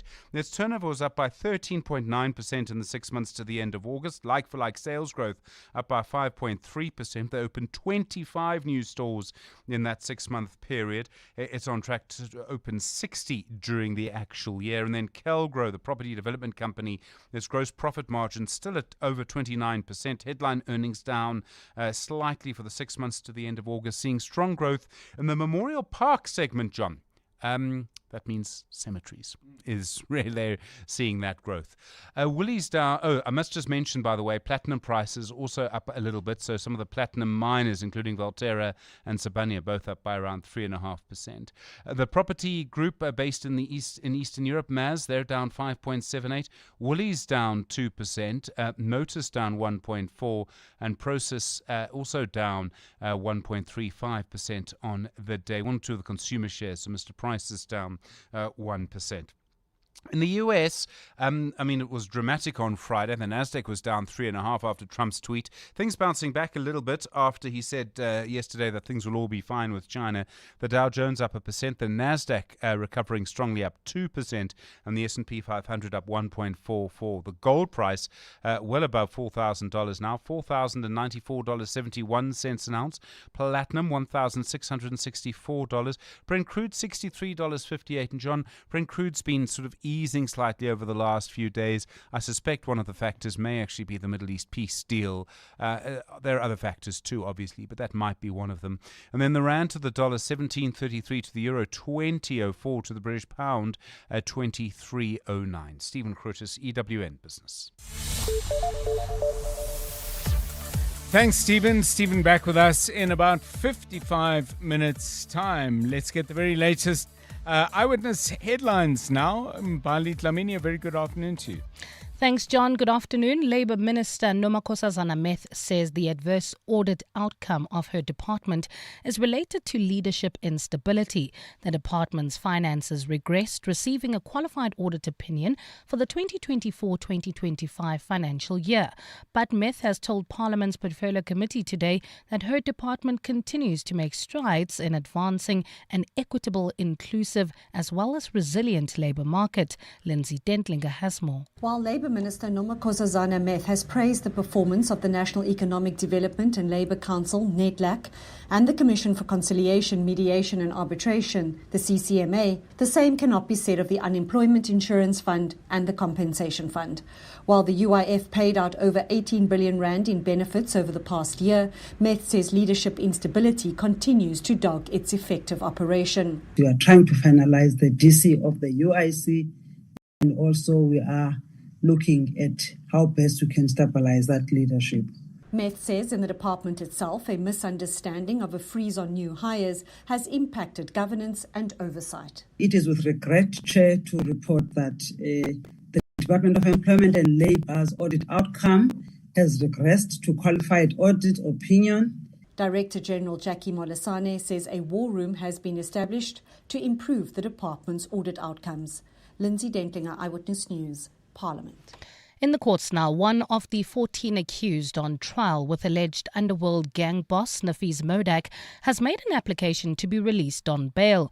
Modak and his co-accused face 122 charges for various crimes, including murder, extortion, fraud, corruption and money laundering. The matter was postponed again today after a lengthy 6-month break. Carlo Peterson has more. The alleged leader of the terrible Westsiders gang, Taufik Brown, has applied to be released on bail. Brown, who is also known as Bubbles, faces charges for allegedly using his gang to orchestrate murders on behalf of Modak. Last week, defense attorney Inga Jansen told the court she had filed affidavits for Brown and another accused, Jacques Cronje, for their release on bail. However, Cronje's bail application has since been revoked because he faces charges in a separate matter related to illegal possession of a firearm. Jansen says Brown's bail application is still valid and she's awaiting feedback from the judge president on how to proceed. Just in terms of the bail application for case number 4, I filed a fresh affidavit on last week. The matter will be back in court on the 3rd of November. Carlo Peterson, Eyewitness News. Taxi Association CATA says it's been a difficult few weeks as a 30-day route shutdown draws to a close.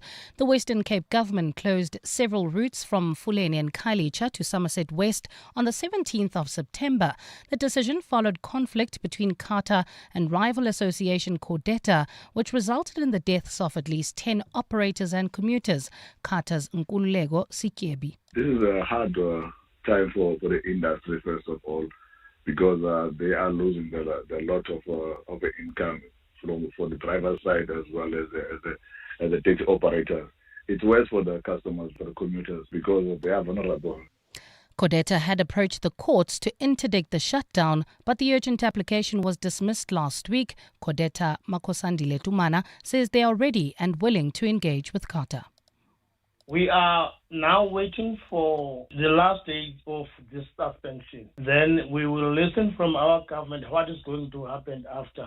But the only thing that we are a bit worried about is that ever since this suspension, We never engage with Qatar so that we can try to find a solution. Government is always telling us that let us meet, and it's so difficult. I don't want to lie. And Lebanese President Joseph Aoun has called for negotiations with Israel after US President Donald Trump brokered a ceasefire in Gaza. In October 2023, Iran-backed Hezbollah began launching rockets at Israel in support of Hamas in the Gaza war. Months of hostilities escalated to a full war in September 2024 before a ceasefire was agreed to 2 months later. Israel has continued to strike Lebanon, saying it is hitting Hezbollah targets, but according to the United Nations, over 100 civilians have been killed since that truce. A partly cloudy Tuesday is expected in Gauteng tomorrow. Lows of between 12 and 17 degrees and highs of between 28 and 31. Calvin Alex area heading towards the Germiston area. There's bumper-to-bumper traffic N3 south between the Batory Interchange and London Road, while in Marlborough, traffic also heavily backed up on Marlborough Drive between the M1 and the N3. And if you are in the Boksburg area heading towards Brakpan, roadworks causing heavy delays on the N17 eastbound between Rondebolt and Carnival City. The top story in EWN, Labour Minister Nomokosazana Meth says the adverse audit outcome of her department is related to leadership instability. Bongani Bingwa, 702 Breakfast. Weekday mornings, 6 to 9. The National Director of Public Prosecutions, Advocate Shamila Batoy, is leaving her post in January, and the search is now on for her replacement. How many of the panelists have some kind of prosecutorial experience? We don't need prosecutorial experience, Bongani. It's going to be a person that would operate without fear or favor, a person that is going to be independent, a person that is highly technical and highly competent. And that's what we are looking for. The Justice Minister, Mamluko Kubai. Bongani Bingwa, 6 to 9. On 702. He's the boss, the legend, the sound of a generation. Now, his story hits the big screen, and 702 is giving you the chance to win big. Play 2 truths and a lie. 3 Bruce Springsteen facts. One of them is not true. WhatsApp Springsteen ZA to 072 702 1702, and we could be calling you to play. Spot the lie and win cash, screening tickets, and a collector's vinyl package. Only on 702. Hey, frequent flyers! FlySafair has got an innovative way to help those that travel lots save big. It's our Fly More auction, and it starts tomorrow at 7:30 a.m., giving you the chance to bid on bundles of 10 one-way domestic flights. Because when you fly a lot, buying in bulk is just better. To join, visit flysafair.co.za and create a profile now, so that you're ready for when the auction action takes off tomorrow. FlySafair, for the love of flying. T's and C's apply. 702 and corporates that care with Investec are talking about Investec's flagship education initiative, ProMaths, in partnership with Kutlwanong Maths, Science and Technology Center. Started 20 years ago in Dobsonville on a pilot program with 105 pupils. Fast forward to 2025, 28,000 learners have been through the program, and we believe that the impact that this has had has been something beyond numbers, something beyond science. It's about people, purpose and hope. And I think the ability to partner with Kutlwanong to look at how you could build something that could be replicated. So starting with one school in Dobson 20 years ago, now having 19 of these centres operating across South Africa, 10 which are sponsored by Investec and 9 by other sponsors. Visit mywalk.org.za to learn more. Investec, out of the ordinary, on 702. Let's walk the talk. Mr. Govender, congrats on the retirement. You just sold your car to We Buy Cars. Tell us about it. Yes, it just gathered dust in the garage, so I exchanged it for cold hard cash. Now my wife and I can enjoy a stress-free retirement. Retiring the car as you retire. Nice. So why We Buy Cars? It was so quick. They came over to our house to do the evaluation, and we sold it the same day. Tops, man. Okay, so now you got even more time on your hands, eh? Exactly. We Buy Cars. Geared for your next chapter. Geared for you. 702 was in conversation with MTN on 702 Drive with John Perlman this customer service week, discussing their mission to serve you better. No, it's really trying to listen to what customers want. Yes. So we've taken the app and we've listened to customer feedback and we've moved some things around, put stuff that makes more sense to customers up front and on the screen. It's also now customizable, so you can move your tiles around the way you want it. And then, of course, new features, things like switching on, roaming on off is now on the home screen, things like getting your bill easily, all things that customer asked us for. Our authentication method is now facial biometrics, so that's also now in the app. So all these things help us to make the things that customers want rather than just the things we think are important to customers. Visit mtn.co.za today for more. MTN, making every connection count on 702. 702. WhatsApp John on 072 702 1702. Good afternoon, John. Yeah, the road that is very unsafe for me and I hate driving on is that one from Hazyview, the road to Bushbuck Ridge, to Acorn Oak, to Hoedspruit. There's lots and lots of trucks. I don't know why they allow something like that to happen. That road is driving through the village. It's driving through the townships. And the trucks there, it's a lot of them. It's so unsafe. Children are crossing the roads. The trucks, I don't know why they allow something like that to happen. And once you start following those trucks, maybe there's 5 of them, you'll be driving at their speed for such a long distance. This is Johnny from Joburg. John, good afternoon to you. On the subject of roads, I think, I've been driving for a better part of 40 years. And I've probably driven through horrendous roads in it as well. I don't think I've ever had a problem of safety because, you take the required precaution. Now, the point I'm trying to make is the impression I get is that the quality of driving on the road has deteriorated significantly, hence the fatalities that we see. Look at when you drive on the highways, be it within a city area or outbound, you'll see the type of driving I'm actually referring to. It's tragic.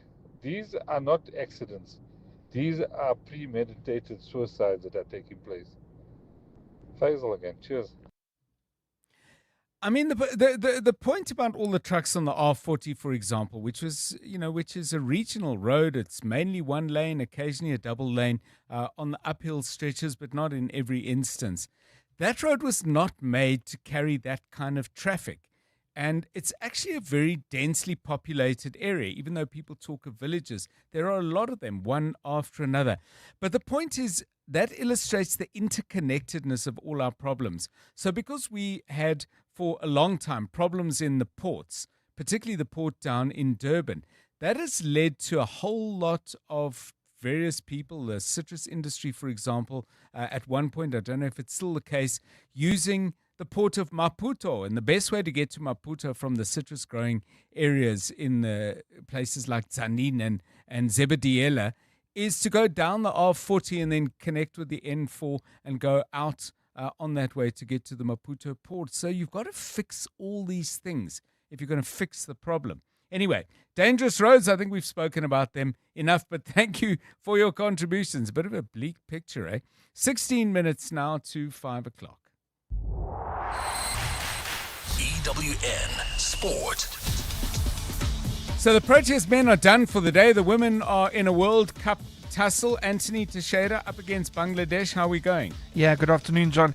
Well, it's a bit of a bleak look for the Proteas women as they 78 for the loss of 4. In the last few moments, we have seen Annelie Dirksen dismissed for 2 runs.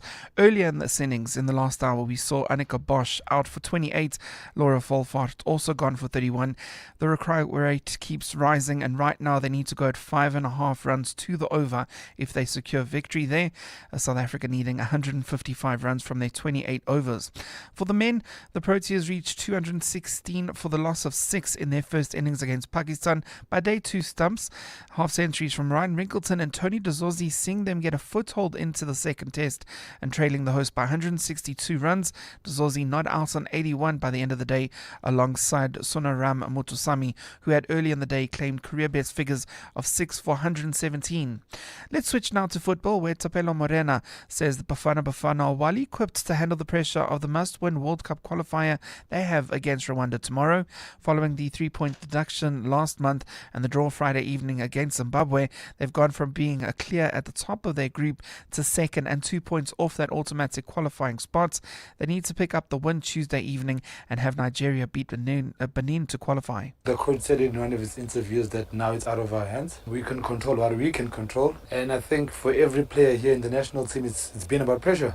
I think even at your club level, it's about pressure to win the game. So I don't think pressure is new to anyone here. And I think we geared up for it, like I said. And I think everybody knows that 3 points for us is probably enough. Obviously, depending on the other results, how they go. Meanwhile, England confirmed that striker Ollie Watkins returned back to Aston Villa to recover after colliding with a post in their win over Wales last week. The Three Lions in action against Latvia Tuesday evening as well in World Cup qualifying.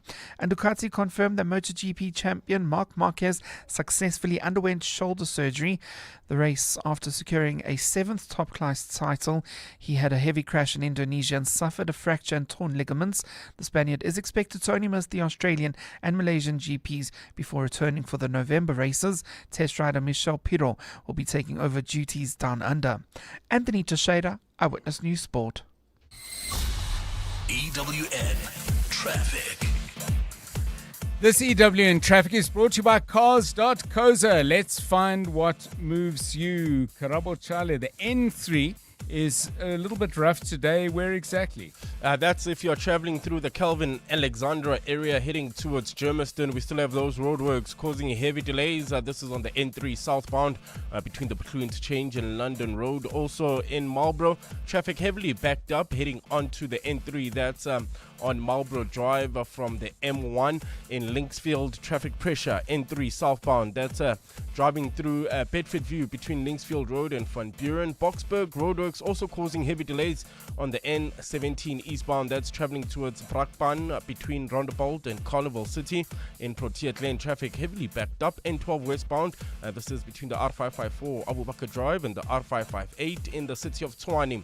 Expect some delays in Irene. This is approaching the intersection of Mapius Drive and Main Road. Also leaving the Pretoria CBD, traffic heavily congested on Eskiam Pahlele between Vormhagen and the R80. If you come across any other traffic issues, please WhatsApp us on 072 702 1702. There's more EWN on air, online, and on the EWN app. Do you want to buy a Honda? Cars.coza. Toyota or Mahindra? Cars.coza. Do you want to sell a Cherry? Cars.coza. Suzuki or Mercedes? Cars.coza. Polo, Kia, Mitsubishi, Havel, Hyundai, Lamborghini. Buy and sell, it's very easy. All you got to do is type Cars.coza. Cars.coza. Cars.coza. Let's find what moves you. Cars.coza. Cars.coza. You're with John Perlman on 702. Let's walk the talk. 702 Drive, it's 11 minutes to 5. Still to come on the show, we're going to focus on some of the issues around that horrific bus accident that took place up in Limpopo. I'm just seeing a news report that is saying, and this is coming from Transport Minister Barbara Creasy, that the bus had a capacity of 60 and there were 91 people on board. So clearly, all sorts of rules being broken, and it's in that area of regulation that we're going to do some digging. That's coming up at about 10 minutes past 5. 10 minutes to 5 now. I was having a chat a little while ago to a friend of mine who'd gone to a new workplace. Now, he's not a big rugby fan, but he was very keen to get to know some of the people, chats around the coffee machine or whatever it might be. And a lot of the chat every Monday was about URC rugby and the weekend's games, not just the Springboks, which everyone has, got an opinion about. But he wanted to be able to play at a little bit of a higher level and, views on the Bulls and, substitutions. So he read avidly every weekend and prepared himself so he could join in the conversations with no really deep interest in rugby himself. So I'm really interested to know, have you ever either, let's just put it nicely and say, prepared an interest in something in order to fit in with someone you're on a date, you're starting to date, a family member, workplace, friends, said, absolutely love Beethoven's Ninth or whatever, even though, maybe you're more a hip-hop guy or whatever. Have you ever done that, Anthony? I have indeed. I bet there's a story there, and I really want to hear it. Honestly, not much of a story, to be honest. Basically, I matched with somebody, and I realized that she was a nail technician. And so I wanted to sound like I understood what nails were, like, false nails, acrylic nails, what are French tips and all of that. And I spent a good 3 hours before a date looking up what the various nails were. And so when I asked the question and I was engaging, and then she was, "You're so knowledgeable." And she kept repeating that over and over. And it was like, yes, I've done it. And then slowly realized we had nothing in common throughout this date, and I'd wasted 3 hours. Nails? Yeah, nails. I mean, but you see, what you did there, potentially, I'm just speculating, is you took her game. Because you weren't just interested, you were now an expert on, what was again, French tips? Yeah, French tips, acrylic, all of these gels. There's a whole bunch of things, honestly. I mean, I've heard people saying I'm getting ready for a big date, but I didn't think it would be 3 hours of deep academic study. How about you, Karabo? Have you ever faked it? No, actually I haven't. I've never ever. I don't think, I've tried to think about it, but I just go with the flow, Never try to fake it. Because you're going to get caught out at the end of the day. Lucky you. Pretending to be interested in things, whether it's nails or URC rugby, give us a call. Did you ever do that? And how did it turn out? Better, we hope, than Anthony's date. 8 minutes to 5 on 702 Drive. He's the boss, the legend, the man whose music defines generations. And 702's giving you the chance to win big this week. Yeah, he is the boss, the legend, the man whose music defined generations. And now his story comes alive on the big screen with Springsteen, Deliver Me From Nowhere, in cinemas from 24 October. But I bet you'd like to see it a little bit earlier than that. So, 702 is giving you the chance to win big. We're celebrating the icon with a game we call Two Truths and a Lie. We're going to give you 3 facts about Bruce Springsteen, but one of them is not quite true. I should have said facts in inverted commas. Now, WhatsApp the keyword Springsteen to 072-7021-702, and we could be calling you to play. Spot the lie, and you could win 2,000 Rand cash, exclusive pre-screening tickets, and you'll go into the draw to score a collector's vinyl package that every fan will envy, only on 702. Experience Deliver Me From Nowhere, a powerful cinematic journey into Bruce Springsteen's raw and emotional search for authenticity, connection, and meaning.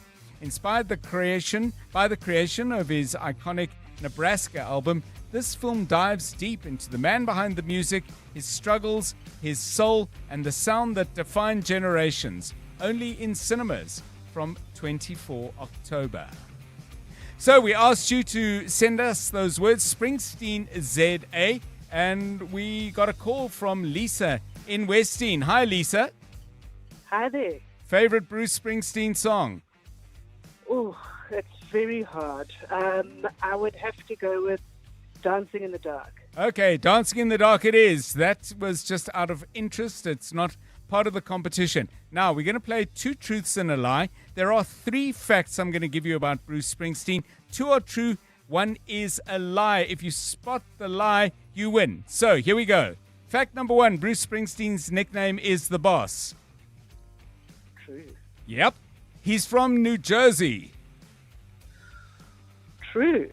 And, well, by default, no, you're good. He started his career as a country singer. False. Yeah, it absolutely is false. So, you have just won yourself 2,000 Rand, Lisa. Wow, that's incredible. You are also going to be joining us at our exclusive pre-screening of Deliver Me From Nowhere.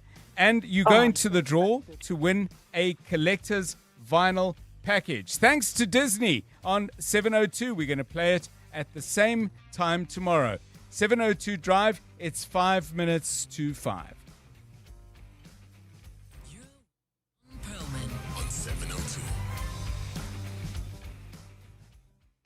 Okay, great. So we're going to do it this time tomorrow, and Lisa is on her way to that pre-screening of the movie Deliver Me From Nowhere. I'm really looking forward to seeing it myself. And we're going to play it again tomorrow.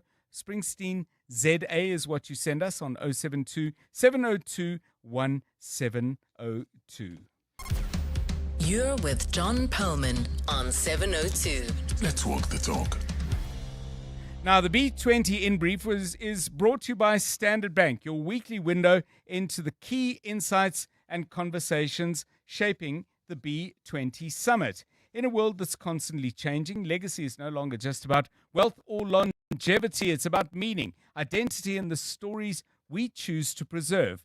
For Standard Bank, investing in the arts is part of that purpose, a way to connect culture, creativity, and leadership.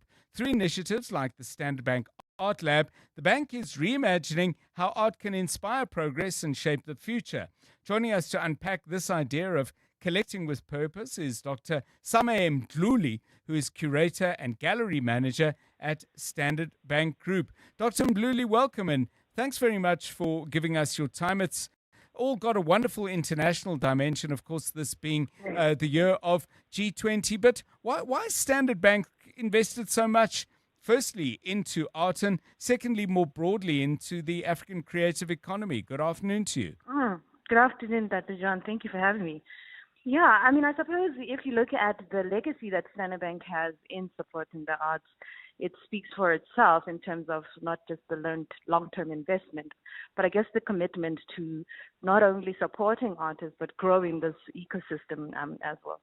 But if I speak about, I think, the portfolio that I look after, which is the galleries, mainly the visual arts, but also the collection and this act of collecting. I think collecting is an interesting thing that can, embody the ethical commitments of the brand itself. Right. And through this intellectual curiosity of the leadership and the social context in which it operates. So it's often, I think measured in these two measures of what does it mean for the ecosystem in which we are operating, but also for the brand itself. So one of the things I mentioned is the Standard Bank Art Lab. What is it, and what kind of contribution is it making to the kind of vision you've just outlined? And you'll know that the Standard Bank Art Lab also grows from this legacy, right? We have the Standard Bank Gallery, which is in inner city of Johannesburg, and was established in 1990. And the lab itself is an extension of this, a manifestation, so to speak, of this belief. And it's designed, I guess, to also break down these silos that often separate, I think, industries, publics. It separates, the way we think about shared vision and mutual understanding of art. So for us, it was also about bridging this gap between, partnerships between the public and the private sector, between tradition and innovation. Putting it in a mall, for example, is completely, I think, unconventional decision to do. But it was mainly, I think, driven by this idea of making art more accessible to the public. Thanks so much, Dr. Same Mdluli, curator and gallery manager at Standard Bank Group. At the heart of global conversations shaping the future, Africa's voice matters more than ever. As Africa's largest bank by assets and lead sponsor of the B20 Summit, Standard Bank Group is proud to spotlight the continent's growth, partnerships, and potential on the world stage. Through informed dialogue and powerful partnerships, Standard Bank is driving sustainable growth where it matters most. Standard Bank is an authorized FSP and registered credit provider. The B20 In Brief was brought to you by Standard Bank, your weekly window into the key insights and conversations shaping the B20 Summit. Business Outsurance are experts in business insurance for general practitioners, dentists, surgeons, and other medical specialists. Kuveni, It's so nice to know the business risk is taken care of by business outsurance. The call center was just a dream to deal with. Very seamless, easy experience, and it just feels like the people we're talking to on the other line understand our needs. Switch to business outsurance and you could get a massive 20% discount on your business insurance premium. Visit outsurance.co.za. Switch and save today. Licensed insurer and FSP. TCs and information online. Calling all wedding planners and venues, restaurants, conference centers, and hotels. Do you need tables and chairs? Home in One has it all. Do you need cutlery, crockery, table linen, and restaurant equipment? Home in One has it all. Do you need tents, gazebos, or umbrellas? Home in One has it all. Affordable prices, the latest trends, with 2 branches in Pretoria and Johannesburg. Shop online at homein1.co.za because we're your #1 choice. Home in One has it all. Join us for the Clash of the Titans at the Inanda Polo Club on the 19th of October, where Africa unites through polo. Proudly brought to you by Titan Law in association with Polo South Africa. Don't miss out. Book your spot on Howler. This is EWN. President Ramaphosa denies links to a corruption-accused tender tycoon, and accused #1 in Senzo Meyiwa trial denies involvement in his murder.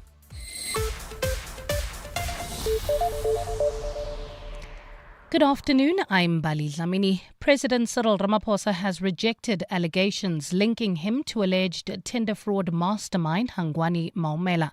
It follows the circulation of video footage showing him outside the businessman's Sandton home.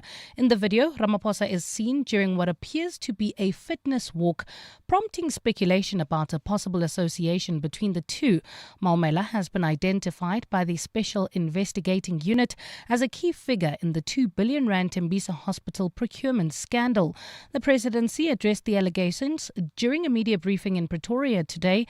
Alpha Ramushwana reports. Hangwani Maumela's 3-story mansion in Sandton was raided last week by the Special Investigating Unit over his alleged involvement in looting Tembisa Hospital tenders. Following the raid, video footage surfaced on social media showing President Cyril Ramaphosa posing for photos outside the property with 3 individuals, including popular radio DJ Tibo Touch.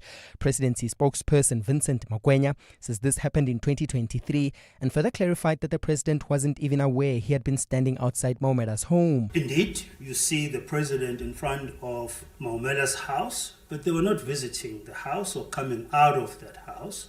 It just so happened that Tibo Touch stopped his car to greet the president as he was walking past. He says the route the president takes during his regular fitness walks happens to pass by Maumela's house. Alpha Ramshwana, Eyewitness News.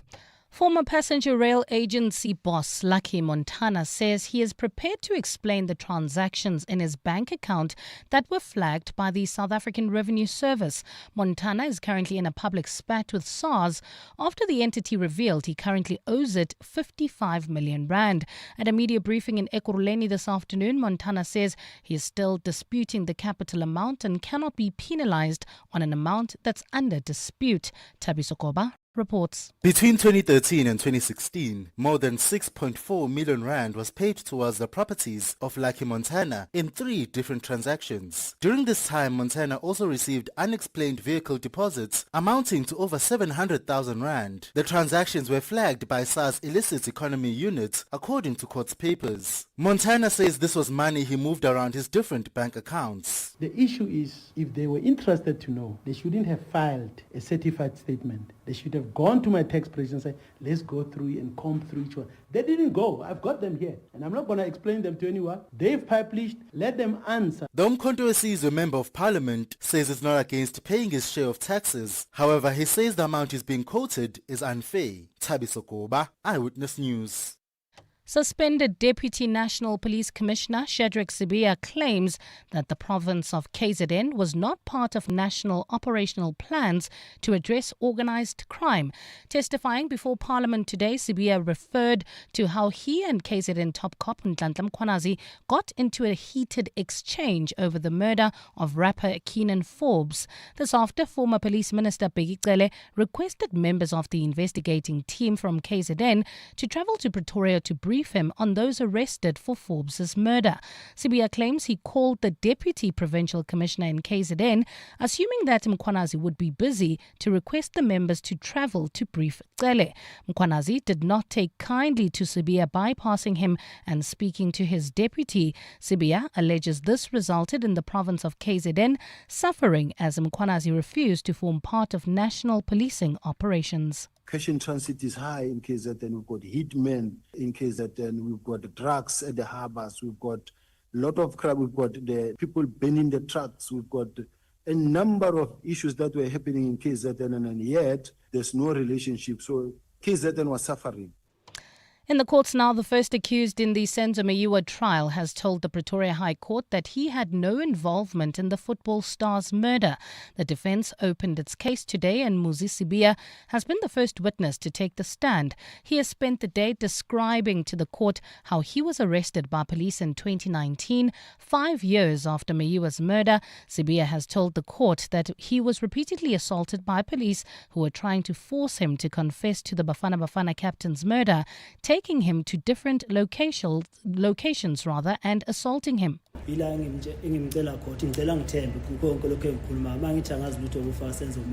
That is when I asked him to trust me, not to believe me, when I was informing him that I don't know anything about the death of Senzo Meyiwa. And the death toll from flooding in central and eastern Mexico has risen to at least 64, with another 65 people still missing. Heavy rains caused by 2 tropical storms triggered landslides and flooding, sweeping away entire homes as well as roads and cars. An estimated 100 small communities remain cut off as the flooding has damaged power supplies and communication lines. The military has been mobilized to help with rescue operations and aid distributions. The president has travelled to some of the affected states and says government will begin a census amongst the affected people to distribute its aid. Gold is trading at $4,072.09 an ounce. The rand is at 17.33 to the dollar, 23.08 to the pound, 20.07 to the euro, and Brent crude oil is at $63.65 a barrel. In Boksburg, roadworks causing about a 30-minute delay on the N17 eastbound between Rondebolt and Carnival City, while in Marlborough, traffic heavily backed up on Marlborough Drive between the M1 and the N3, and in Calvin Alex area, we still have those roadworks causing about a 20-minute delay. N3 southbound between the Batlu Interchange and London Road. And in your sport, the Proteas women lose their top order as they chase 233 for victory against Bangladesh at the Cricket World Cup. Meanwhile, the Proteas men have fought back on day 2 in the first test against Pakistan with half centuries from Dzozi and Rickelson. And the Faroe Islands, despite their small population, are in contention of potentially making it to the World Cup. A partly cloudy Tuesday expected in Gauteng tomorrow. Johannesburg dropping to overnight lows of 12 degrees, peaking at 28. Pretoria 17 and 31, and Vereeniging 15 and 30 degrees. The top story in EWN: President Cyril Ramaphosa has rejected allegations linking him to alleged tender fraud mastermind Hangwani Maumela. EWN, in touch, in tune, and independent. For the latest, visit ewn.co.za or download the EWN app. 702. Drive home with John Perlman. John Perlman, 3 to 6 p.m. On 92.7 and 106 FM. Let's walk the talk. 702 Drive, 9 minutes past 5. Welcome to the show. It's great to have you with us. Coming up in the next half an hour or so, we're going to be joined by EWN parliamentary reporter Babalo Ndenze, the Deputy National Police Commissioner Shadrack Sibiya, about whom a number of allegations have been made, particularly in regard to the Political Killings Task Team and the attempts to abolish it, to scrap it. He's currently in Parliament before the ad hoc committee, and he is in engagement with evidence leader Advocate Norman Aron. So what's been said, what's come out so far? Babalo with us in a moment to talk about that. And then we're going to do some reflection and investigation around this terrible bus tragedy up in the northern part of the country, close to Makado in Limpopo. A bus company Bus that was on its way to Harare, as I understand it, the company domiciled in Zimbabwe. We're going to be taking a closer look at some of the issues around regulation and how it applies to passenger transport that's involved in cross-border travel. Eugene Herbert is founder of Master Drive. They do bus driver training, so well qualified to comment on the issues that I'm keen to canvass. Eugene Herbert with us at about 20 minutes past 5. It's 10 minutes past. 702. WhatsApp John on 072 702 1702. Good afternoon, Dr. John and 702 listeners. I think there's nothing wrong holding the evidence in camera because we do trust in our Judge Madlanga and the guys that are there at the Madlanga Commission. So they will safeguard and ensure that whatever is being shared with them is also going to help and get the bottom of the Commission's mandate.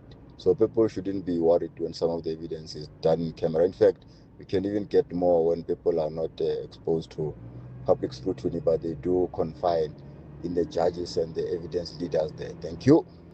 Good afternoon, John. Yeah, one of the worst roads I've driven is if you go to Sun City through Magaliesburg.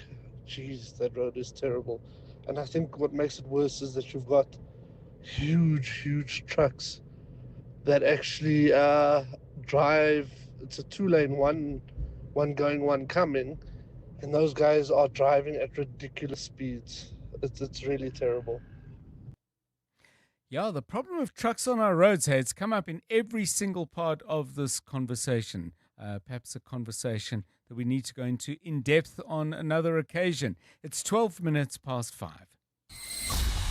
EWN Traffic. Eyewitness Traffic is brought to you by Outsurance. SMS out to 45142 now. You could save on car insurance. If you don't, ask them for 500 Rand. Marlborough Drive is jammed up. Let's find out why. Here's Karabo Chale.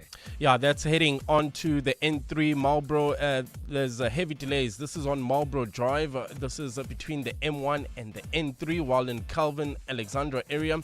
Traveling towards Germiston, expect more than a 20-minute delay on the N3 southbound between the Bethlehem Interchange and London Road. Also further down the N3 south in Linksfield, traffic pressure between Linksfield Road and Van Buren, while in Boksburg, roadworks causing more than a 30-minute delay on the N17 eastbound between Rondebolt and Carnival City. Protea Glen, Soweto, traffic remains heavily backed up. This is on the N12 westbound between the R554 Abu Bakr Drive and the R558, while in Irene, Tshwane, expect delays approaching the intersection of Namapius Drive and Main Road. Also leaving the Pretoria CBD, traffic remains congested on Eskiam Pahlele between Vomhagen and the R80. If you come across any other traffic issues, please WhatsApp us on 072 702 1702. There's more EWN on air, online, and on the EWN app. Clever late excuse number 91. Your alarm clock mysteriously turned itself off. Good luck getting that one over the line. Fortunately, with the Outsurance pointsmen on the roads, you no longer have to come up with creative excuses for being late. The Outsurance pointsmen, easing traffic congestion and getting you there quickly and safely since 2005. Outsurance really means it when they say you always get something out. In proud partnership with 702. Show them some love online using hashtag PointsmenLove. Outsurance is a licensed insurer and FSP. You're with John Perlman on 702. Let's walk the talk. Right, let's get to Parliament now. Deputy National Police Commissioner General Shadrack Sibia is the person appearing before the committee. So far, it's been evidence leader, Advocate Norman Aronson, who's engaged with him. Probably a different kind of scrutiny, arguably more detailed, still to come when members of Parliament put their questions to him. But what's come out so far? Babalo Ndenze, our EWN colleague, has been watching it closely. Babalo, very good afternoon to you. What's jumped out for you? Yes, good afternoon, John. Well, basically, what's jumped out for me is how, Shadrack Sibia is defending now his involvement in that directive from Minister Senzo Meyiwa, which ordered the disbanding of the political killings task team. And now, Nkatlam Kwanazi has basically implicated Shadrack Sibia in his what would be an inappropriate involvement in the PKTT, But he says that he had every right to be involved in that. There was nothing untoward or wrong with his involvement. He says the PKTT is supposed to fall under me or to fall under him as the director for detective services.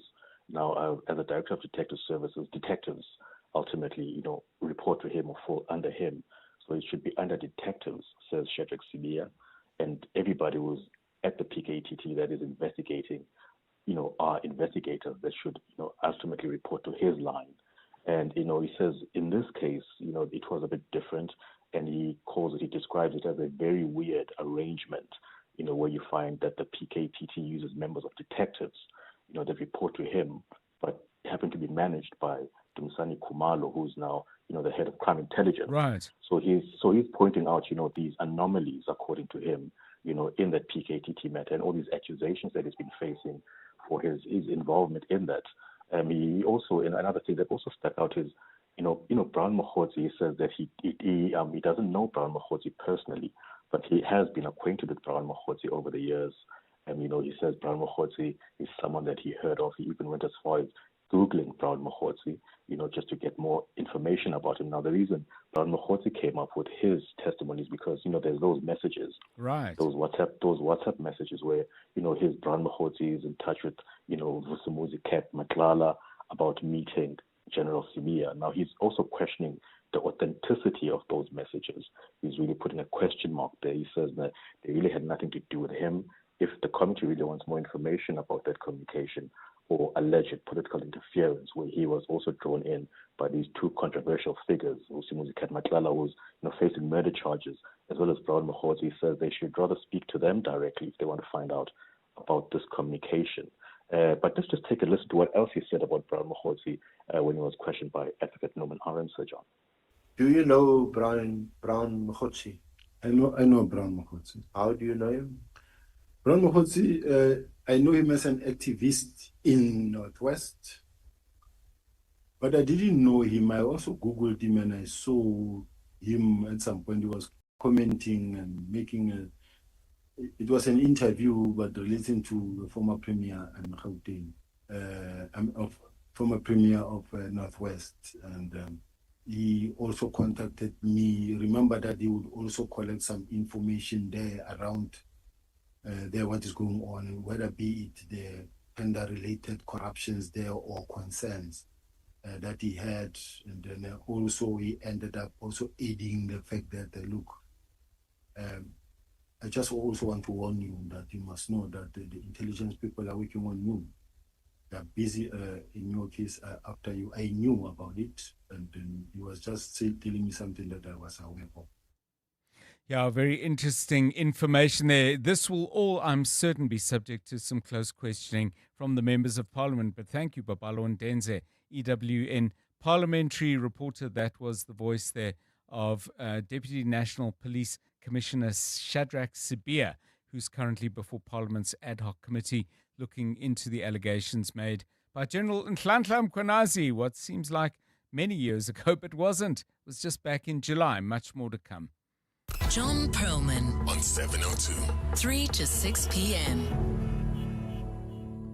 Well, a terrible, terrible bus tragedy in the north of the country. The bus plunging down an embankment while on a steep mountain pass on the north side of the town of Makado.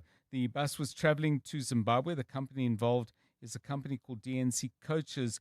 The death toll so far as we know it, 42, but there are seriously injured people as well, not least because we understand that a bus meant for 60 passengers was carrying more than 50% more. Some 91 people were actually on the bus. Raises so many questions about how we regulate the passage of vehicles like this through South Africa. And while we offer our condolences to everyone involved, there are some hard questions that will certainly be asked over the next couple of days. My guest is Eugene Herbert. He's founder of a company called Master Drive. They, amongst other things, do bus driver training, and he has significant insights into this industry and the way it works. Mr. Herbert, welcome, and thanks very much for giving us your time on 702 Drive. When buses come into South Africa, passenger vehicles of this kind from neighboring countries, perhaps they've even come from countries further north, what is the regulatory arrangement under which they pass through in terms of roadworthies, bus driver competence, and so on? What are the arrangements and do they work? Well, hi, John, and to the listeners, and certainly condolences to the people who were attending that scene. They must have had a traumatic experience. Yes. And I don't think we should forget that. But any documents that are needed for any vehicle entering into South Africa, whether it's a commercial vehicle or a bus carrying passengers, they are governed by whatever regulatory authority there are.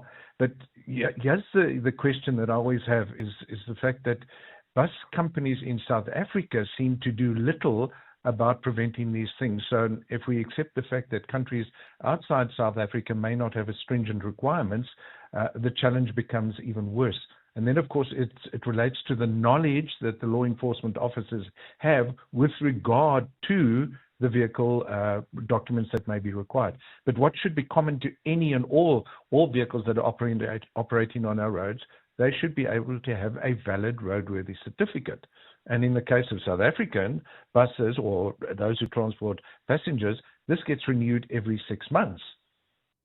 Yeah, it's an important thing to explore a little further. I mean, would South African officers on the road know, for example, what a roadworthy certificate from Zambia looks like, and what would be the key marks to determine its validity?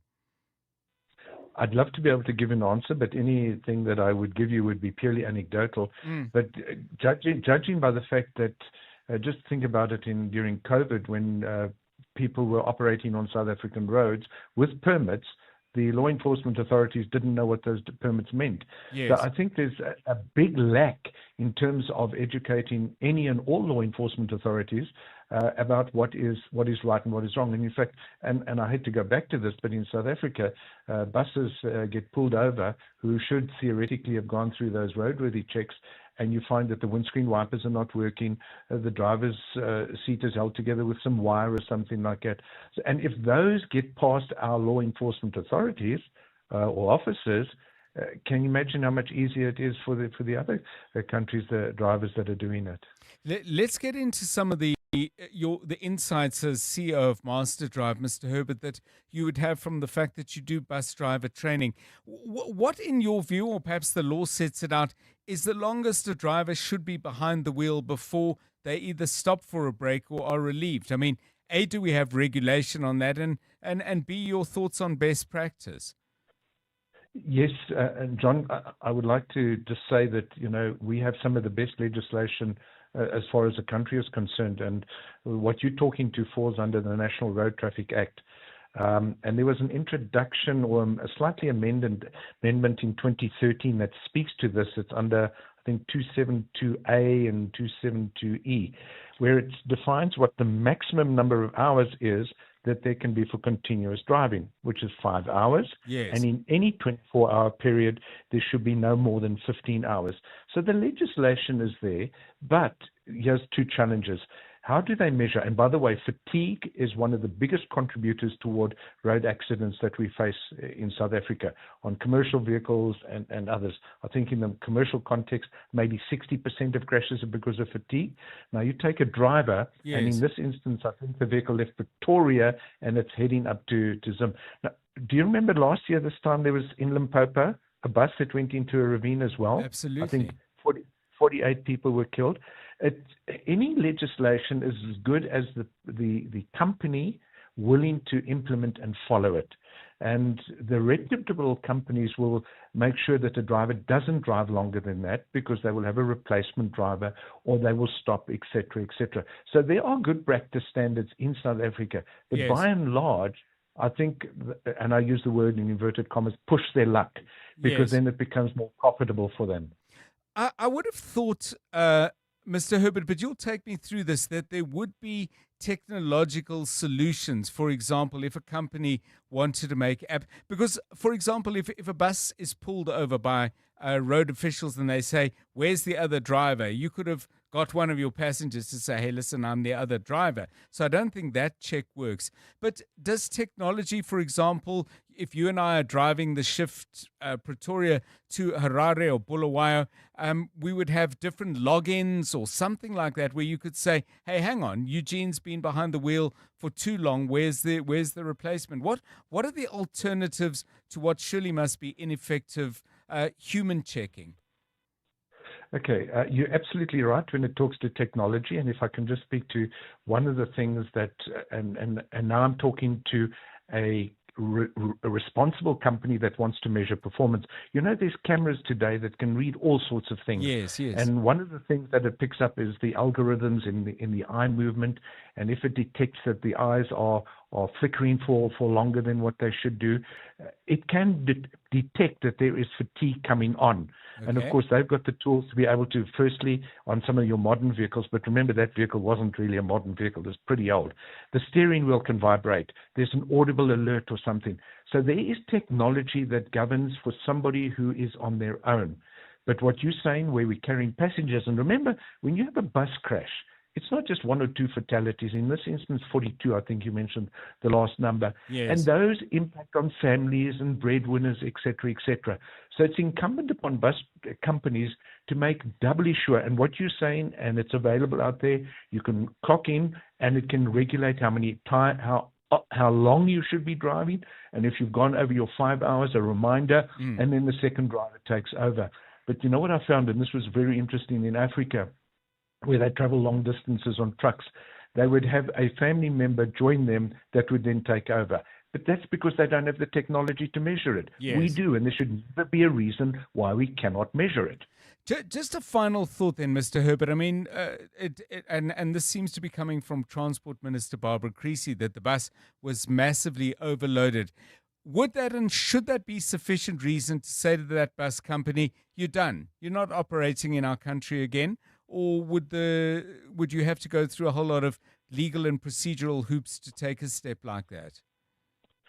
I'm not exactly sure of those procedural hoops, but if that vehicle is overloaded with passengers, it can be impounded. I speak under correction, but there's nothing that prevents that. A law enforcement officer can, and I'm 99% sure that if they did a roadworthy check, a valid roadworthy, to make sure, that could have been reasons for that bus to be pulled over to the side of the road until it was repaired. But we know that sometimes the temptation for law enforcement to accept Coca-Cola money or lunch money may well leave them free to run on the rest of their trip. Thank you so much. Eugene Herbert is CEO of the company Master Drive. Yeah, an absolute tragedy. But part of our response to the tragedy, in addition to all the condolences and attempts to help people who've lost loved ones, is to actually look at what happened and take meaningful steps to, at the very least, understand the problem, even if you can't resolve it. That was our intention in chatting to Eugene Herbert, and I think he gave us some valuable insights. But maybe you've got some of your own. Maybe you've been a bus driver. Maybe you've been on a bus where you felt unsafe. Give us a call if you've got something to add to the little pool of knowledge we're trying to build up. 28 minutes past 5. EWN Business. Stephen Critters, a very good afternoon to you. Good day for gold, platinum, metals in general. Yeah, not a great day for global trade, though, John. Good afternoon. So gold, well, I'm not even going to use the phrase records new and breaking, but essentially gold hitting new highs. There we go. Basically because of the comments made by the US President Donald Trump on Friday that he wanted to apply tariffs of 100% to China in response to their moves around rare earths. Now, gold is up. Brent crude is down. We'll discuss that on the Money Show. It's down quite significantly, essentially around quite high supplies, but I think also a sense that the global economy is not going to grow as a result of the trade issues, plus perhaps the situation in the Middle East. The ore share, though, the JSE ore share ending the day at 0.91% at 111,029 points. Financials down 0.25%, industrials down 4.76%, and resources upper, insert adjective here, 4.32% on the day, John. Essentially higher gold and platinum prices. Harmony probably leading the charge, 7.38%. Pan-African Resources, Goldfields, Anglo Gold, Sibanye, Volterra, the platinum producer, all of them up very, very strongly on the day. Pan-African Resources up 7.18 and Goldfields up 6.82 and Volterra up 3.71%. But a strong day for other shares for other reasons. So Aspen Pharmacare, their shares up 3.47% on the day. It's confirmed it's going ahead with that new weight management treatment, Monjaro. It allows you to basically get the benefit of it with just one injection or one treatment a week. Helps with weight management, and I'm fairly certain, I could be wrong, but I'm fairly certain there's quite a big market there.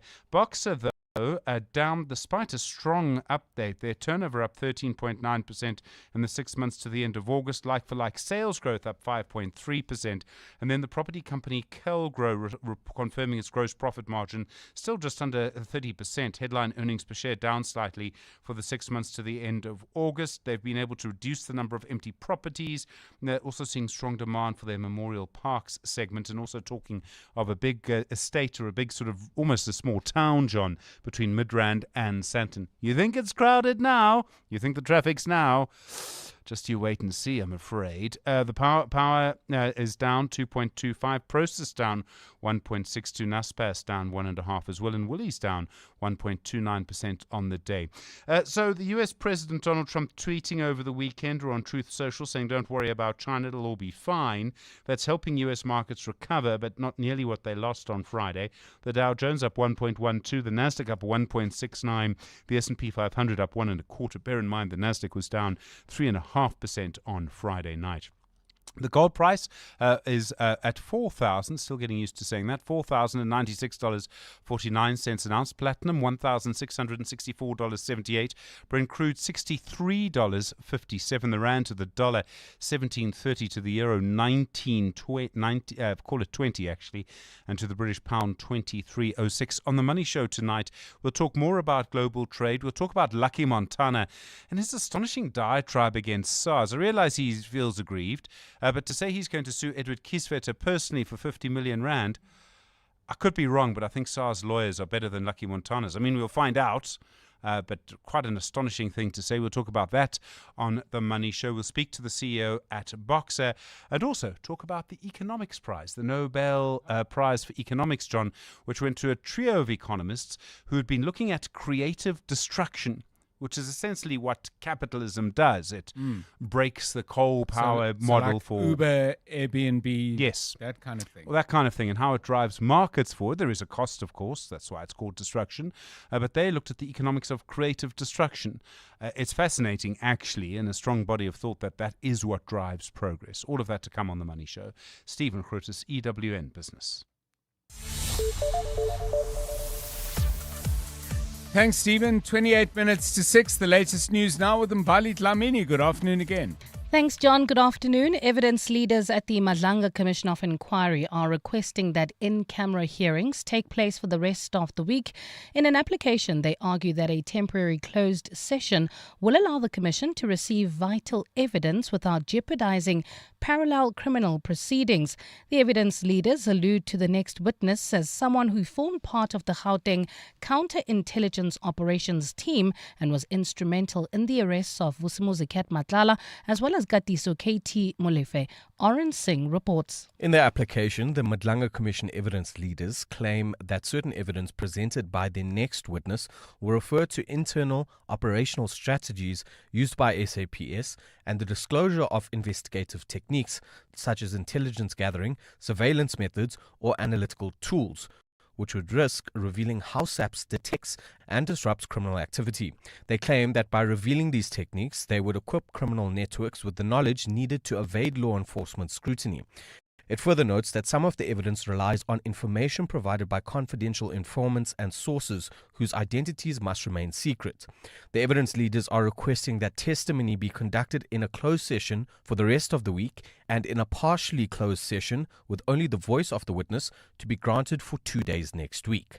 Aryan Singh, Eyewitness News. In the courts now, one of the 14 accused on trial with alleged underworld gang boss Nafiz Modak has made an application to be released on bail. Modak and his co-accused face 122 charges for various crimes, including murder, extortion, fraud, corruption and money laundering. The matter was postponed again today after a lengthy 6-month break. Carlo Peterson has more. The alleged leader of the terrible Westsiders gang, Taufik Brown, has applied to be released on bail. Brown, who is also known as Bubbles, faces charges for allegedly using his gang to orchestrate murders on behalf of Modak. Last week, defense attorney Inga Jansen told the court she had filed affidavits for Brown and another accused, Jacques Cronje, for their release on bail. However, Cronje's bail application has since been revoked because he faces charges in a separate matter related to illegal possession of a firearm. Jansen says Brown's bail application is still valid and she's awaiting feedback from the judge president on how to proceed. Just in terms of the bail application for case number 4, I filed a fresh affidavit on last week. The matter will be back in court on the 3rd of November. Carlo Peterson, Eyewitness News.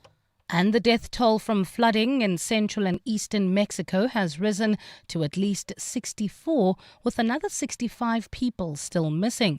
Heavy rains caused by 2 tropical storms triggered landslides and flooding, sweeping away entire homes as well as roads and cars. An estimated 100 small communities remain cut off as the flooding has damaged power supplies and communication lines.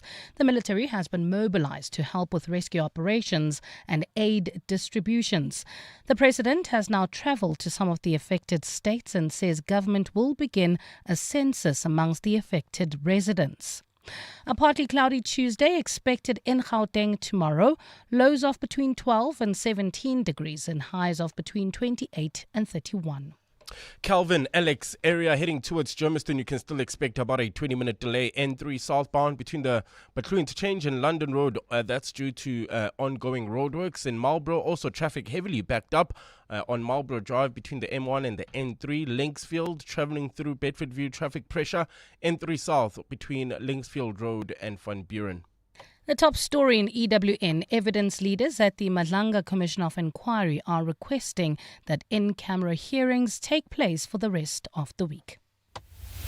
Clement Maniatella. Weekday mornings, 9 to 12. 9 to 12. What did you make then of the explanation that the minister gave in Parliament? What interested me was how she, even before the portfolio committee, didn't mention the chief of staff as a chief of staff. She kept on referring to her as a personal assistant when she knew that she initially started as a personal assistant but later on was promoted to be the chief of staff. I mean, was that another clerical error? Exactly, and that shocked me too, because that would seem to be a blatant instance of misleading Parliament. You know, there's no two ways about it. What is going on in that ministry? It is one of the most critical government departments in South Africa. We deserve to know what the reason is for the administrative turmoil under Sisisi Tolache's watch. We do indeed, Rebecca, and thanks to you for not letting the story go. Clement Maniatella. 9 to 12 on 702. For the best marine migration, you go to KZN. For the best hiking trails, you go to the Drakensberg.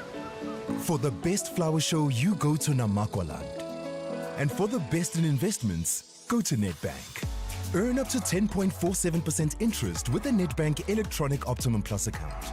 For better returns, open an Electronic Optimum Plus account today. See money differently. Nedbank. We're a licensed FSP and registered credit provider. T's and C's apply. Hey frequent flyers, today's the day. FlySafair's Fly More auction starts at 7:30 a.m. this morning, giving you the chance to bid on bundles of 10 one-way domestic flights. Because if you fly a lot, buying in bulk is just better. To join the auction action, you first need to create a profile at flysafair.co.za and link your credit card. Once that's done, it's time to get bidding for affordable flights from FlySafair. FlySafair, for the love of flying. T's and C's apply. Your office is more than just a place to work. It's a reflection of your success. At Desk and Chair, we help you elevate your workspace with locally manufactured desks and a wide range of chairs to suit your style and budget. Our expert consultants are with you every step of the way, from planning to delivery and assembly. Visit our showroom in Midrand or shop online at deskandchair.co.za. Desk and Chair. Think, feel, work better. EWN Sport. So let's find out what's happening out in the world of sports. A tough match underway at the Women's Cricket World Cup. The Proteas women up against Bangladesh. Anthony Teixeira has an update. Good afternoon. Yeah, good afternoon, John. At the drinks break, the Proteas women 137 for the loss of 5 and needing 96 runs from 95 deliveries if they are to pick up a victory against Bangladesh. Bangladesh earlier in the day posted 232 for 6 in their allotted overs. It was really down to Shauna Akhtar, who came out and hit a 33 ball 50. And since then, we have seen the top order collapse for the South Africans. And in the last hour, Sinalo Jafta gone for 4 runs. It means Madazan Cup is there on 37 alongside Chloe Tryon on 32. That's 60-run 6th wicket partnership really helping us out. For the Proteas men, they fought back on day 2 in the first test against Pakistan. They were only able to add 65 more runs to the overnight score, the hosts, as they were all out for 378 in their first innings. South African spinner Sunaren Mutusami claiming career best figures of 6 for 117. The Proteas then started their innings with Ryan Rinkleton as well as Tony Dazorzi scoring half centuries, and despite a clump of wickets falling at the end of the session and the day, they managed to reach 216 for 6, trailing by 162 runs. Day 3 play set to get underway from 7 a.m. New Zealand batter Kane Williamson is set to miss the upcoming T20 series against England. Good news for the Black Caps is that captain Mitchell Satner is set to return from injury to lead the side. In football, attention turns to Mbombela, where tomorrow Bafana will be clashing against Rwanda in 2026 World Cup qualifying. Here's Pelo Morena. We know what's at stake. We experienced enough to know that we just need to win our game and let the rest control itself. But yeah, I think we're ready for Tuesday, and we're really looking forward to playing against Rwanda and give them a tough time at home. In Europe, the Faroe Islands are just 1 point away from a potential Cinderella story and a playoff spot in World Cup qualifying. They may be 96 places worse off in the world rankings than the Czech Republic. Didn't stop them from picking up a shock 2-1 victory in Group L. With a population of 55,000, they'd become the smallest nation to ever qualify for the World Cup, should they do it. While Italian club Lazio have denied online speculation that it's up for sale. Reports emerged online that negotiations are underway with Qatari investors. The Serie A sites say the information is completely false and fabricated with the sole purpose to destabilize the club, supporters and the stock exchange. And 80-year-old Natalie Grabo became the oldest woman to ever complete the Ironman World Championship in Hawaii this past weekend. The American completed the 3.8-kilometer swim, 180-kilometer bike ride, and the 42K run in 16 hours, 45 minutes, and 26 seconds. She won her category in her 10th start at the iconic event. Anthony Teixeira, Eyewitness News Sport. EWN Traffic. Eyewitness Traffic is brought to you by Outsurance. SMS out to 45142 now. You could save on car insurance. If you don't, ask them for 500 Rand. N3 still a problem. Yeah, it's those roadworks causing about a 20-minute delay if you are driving through Alexandra Calvin area heading towards Germiston. N3 South, those delays between the Between Interchange and London Road. Marlborough, also heavy delays on Marlborough Drive between the M1 and the N3, while in Linksfield, that's further down the N3 South. We still have traffic pressure. This is between Linksfield Road and Van Buren. Boksburg roadwork still causing more than a 30-minute delay.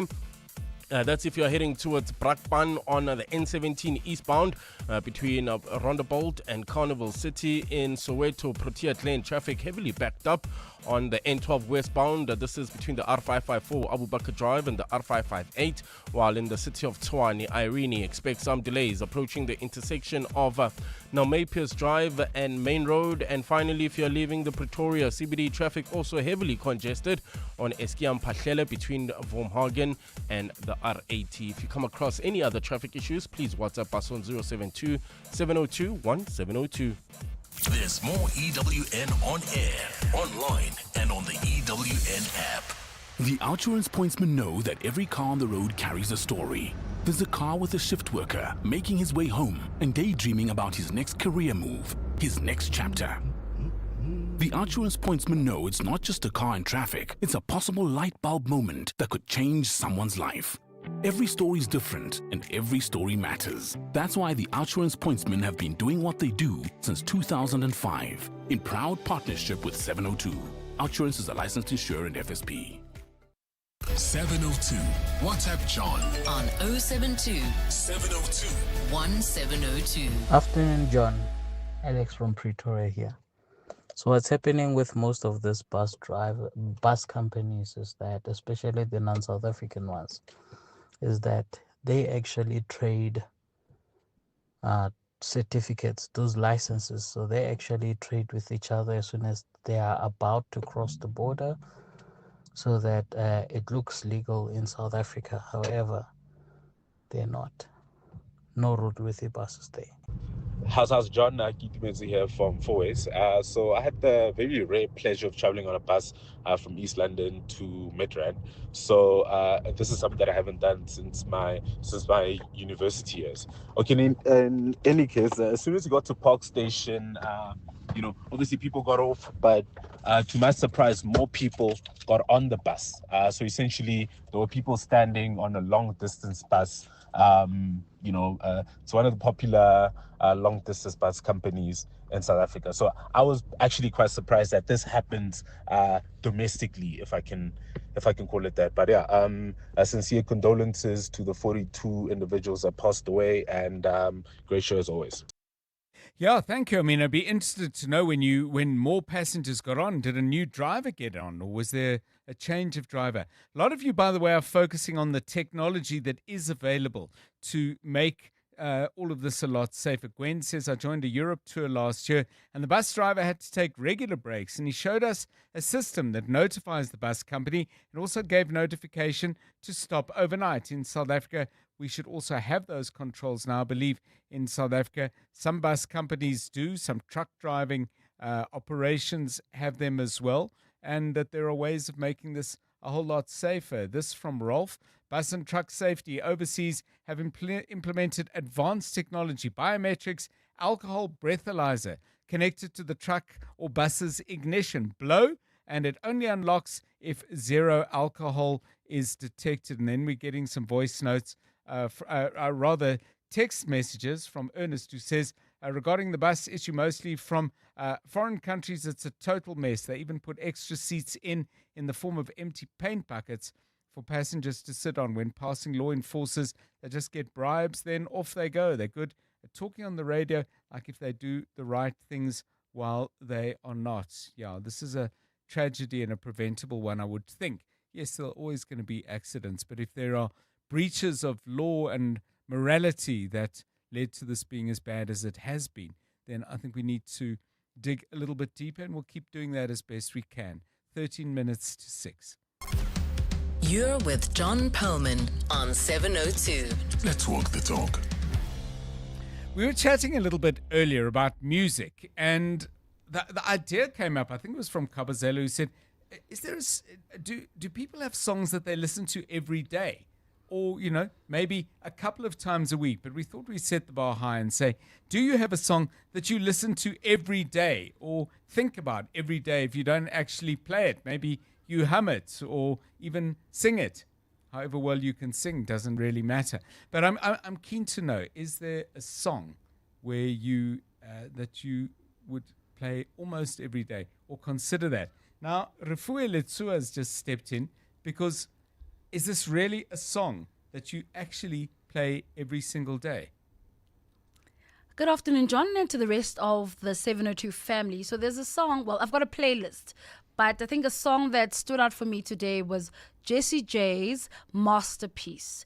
And the reason why I listened to this song, in the song, she's encouraging you to live your best life, yes, to celebrate the individual that you are. Okay. And sometimes in life it's like, oh, won't you fit in? You're too loud, you're too this. So she says, if you've got an issue with me living my life boldly and beautifully, then take a couple of seats. So for me, I love this song, Masterpiece. Okay, so you love it, and you play it often, many, many days in each week, if not exactly every single day. John. Every day. So do you play it at the same time every day? So yes, it's actually at the same time before I come to work, just to get in a zone. Let's say I've just finished gymming or taking a walk or whatever, but it's just getting me into the zone. Say, you know what, you are at the right place, doing the right thing, live your truth, and let's go, girl. Okay, well, let's go with Jessie J. It's called Masterpiece.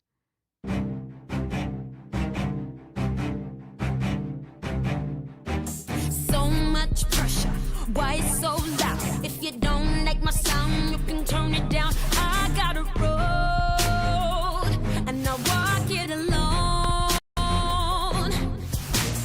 Uphill battle, I look good when I climb. I'm ferocious, precocious, I get braggadocious. I'm not gonna stop. I like the view from the top. Hey, you talk that blah blah, that blah blah, that rah rah, and I'm so done, I'm so over it. Sometimes I mess up, I F up, I hit and miss, but I'm okay, I'm cool with it. I still fall on my face sometimes, and I can't color inside the lines, 'cause I'm perfectly incomplete. I'm still working. Jessie J, this was her third studio album called Sweet Talker. It goes all the way back to 2014, and it's been giving Rifue Litsua a huge amount of inspiration. She starts not every day, i.e. waking up to it, but the business end of the day, going to work, I'm going to listen to this. So maybe you've got a song like that in your life. Give us a WhatsApp voice note, give us a call, or send us a text. And who knows, somebody else might discover an everyday song from your selection. We're looking forward to those. It's coming up for 9 minutes to 6. In the last 24 hours, this is what's happened in your world. 42 bodies have been pulled from the wreckage of a bus crash on the N1 highway in Limpopo. The Road Traffic Management Corporation says the bus was traveling on a steep road when it overturned last night. The passengers were en route to Harare in Zimbabwe from the Eastern Cape. 49 people were taken to various hospitals in Louis Trichardt, Siloam and Elim. The exact cause of the crash has not been determined. EWN, in touch, in tune, and independent. To celebrate 25 years of helping you live the Premier life, FNB Premier is giving you a chance to win a 14-day European tour experience and other cool monthly prizes. Open any FNB Premier account from September to 31 December 2025. Switch your salary, swipe or tap a minimum of 2,000 Rand per month for 3 months straight. Spend and win with FNB Premier. FNB, help changes everything. TCs and competition rules apply. FNB, a division of First Rand Bank Limited, an authorized financial services and credit provider. Brush, stroke, paint, color, protect, and admire. From roof paint to exterior textures and interior silk, Warrior Paints has it all. The product range and stylish colors are amazing. And what's more, Warrior Paints has crushed prices for incredible savings. Enjoy that good old-fashioned personal service you deserve. For price, quality, variety, and service, Warrior Paints is streets ahead. Warrior Paints, affordable, lasting luxury. Breathe in, insurance. Breathe out, pineapple. In, insurance. Breathe out, pineapple. Again, in, insurance. Out, pineapple. Again and again. Pineapple FSP 48650 is underwritten by Omart Insure Limited, a licensed non-life insurer and authorized FSP. 702. WhatsApp John on 072 702 1702. Good day, John and the team. The song that I've been playing, I think it's been a month now. It's a Maskandi music. The name of the song is Mahala. I think the artist is Limit and Nkosazana Daughter. Oh, that song is beautiful. In actual fact, myself and my girlfriend, we play that together every time when we are with each other. Good evening, Tete John. Good evening, 702 lenders. It's Bongani, Tete John. My song, Tete John, I could just play every day in Tete John is Doobie Doobie by Festive Crown. Yes. Doobie Doobie Doobie Doobie. Ba ba ba ba ba. With Tete John. So, thank you, Tete John. Great show indeed. As always, Tete John. Thank you, 702.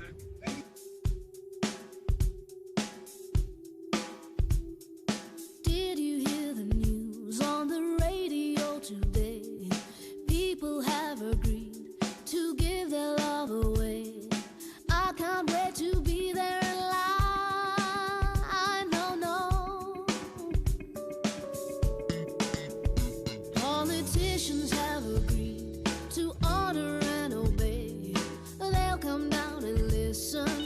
what the people say.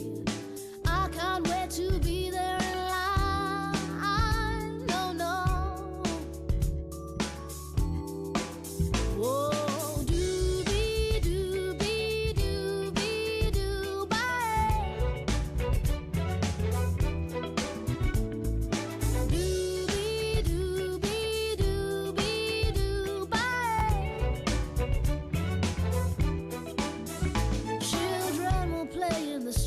Loving everyone they meet.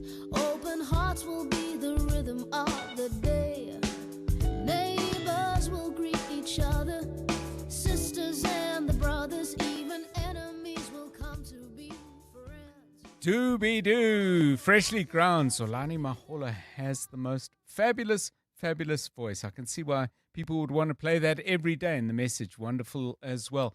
Now, Sibal Kulu says, I play Naz. I know I can to my kids every Wednesday. Basically, I remind them that nothing is ever going to hold them back on their dreams but themselves. How fabulous. The parents say, it's the Wednesday song. It's the Wednesday message. Let's listen to it for ourselves. Get down.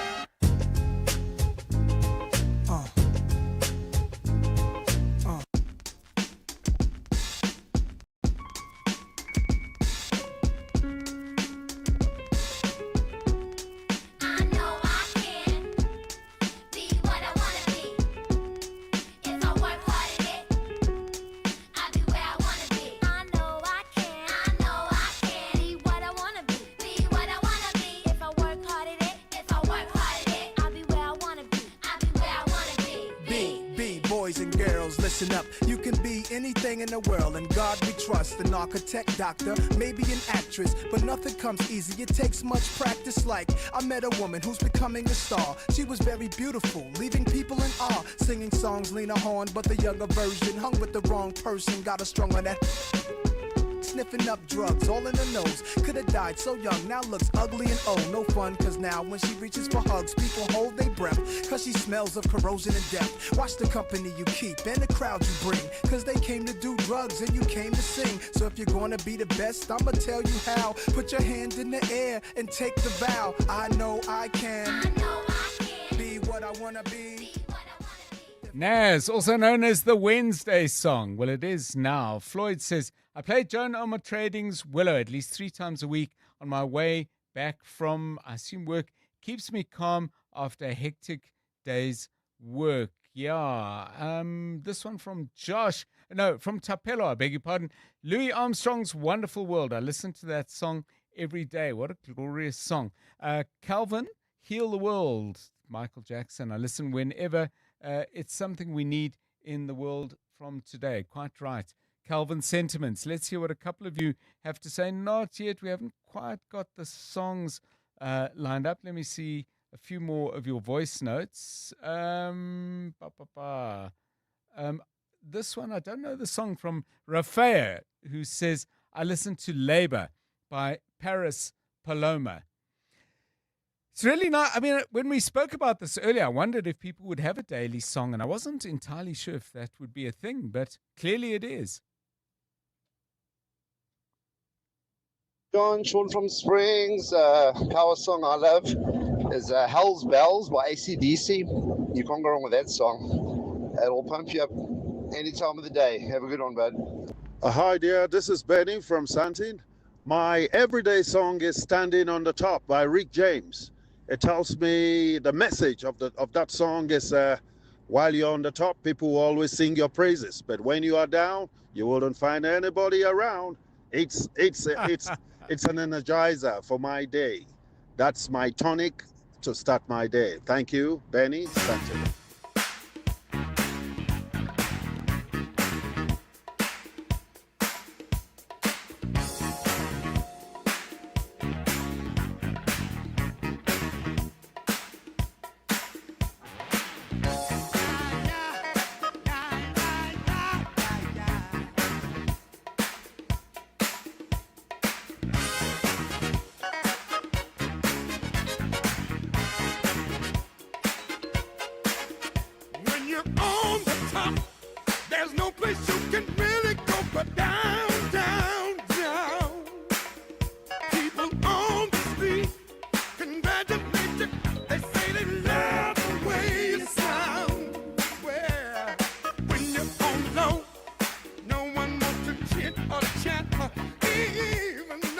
All the way back from 1982, The Temptations, featuring Rick James, starring on a song that he wrote as well.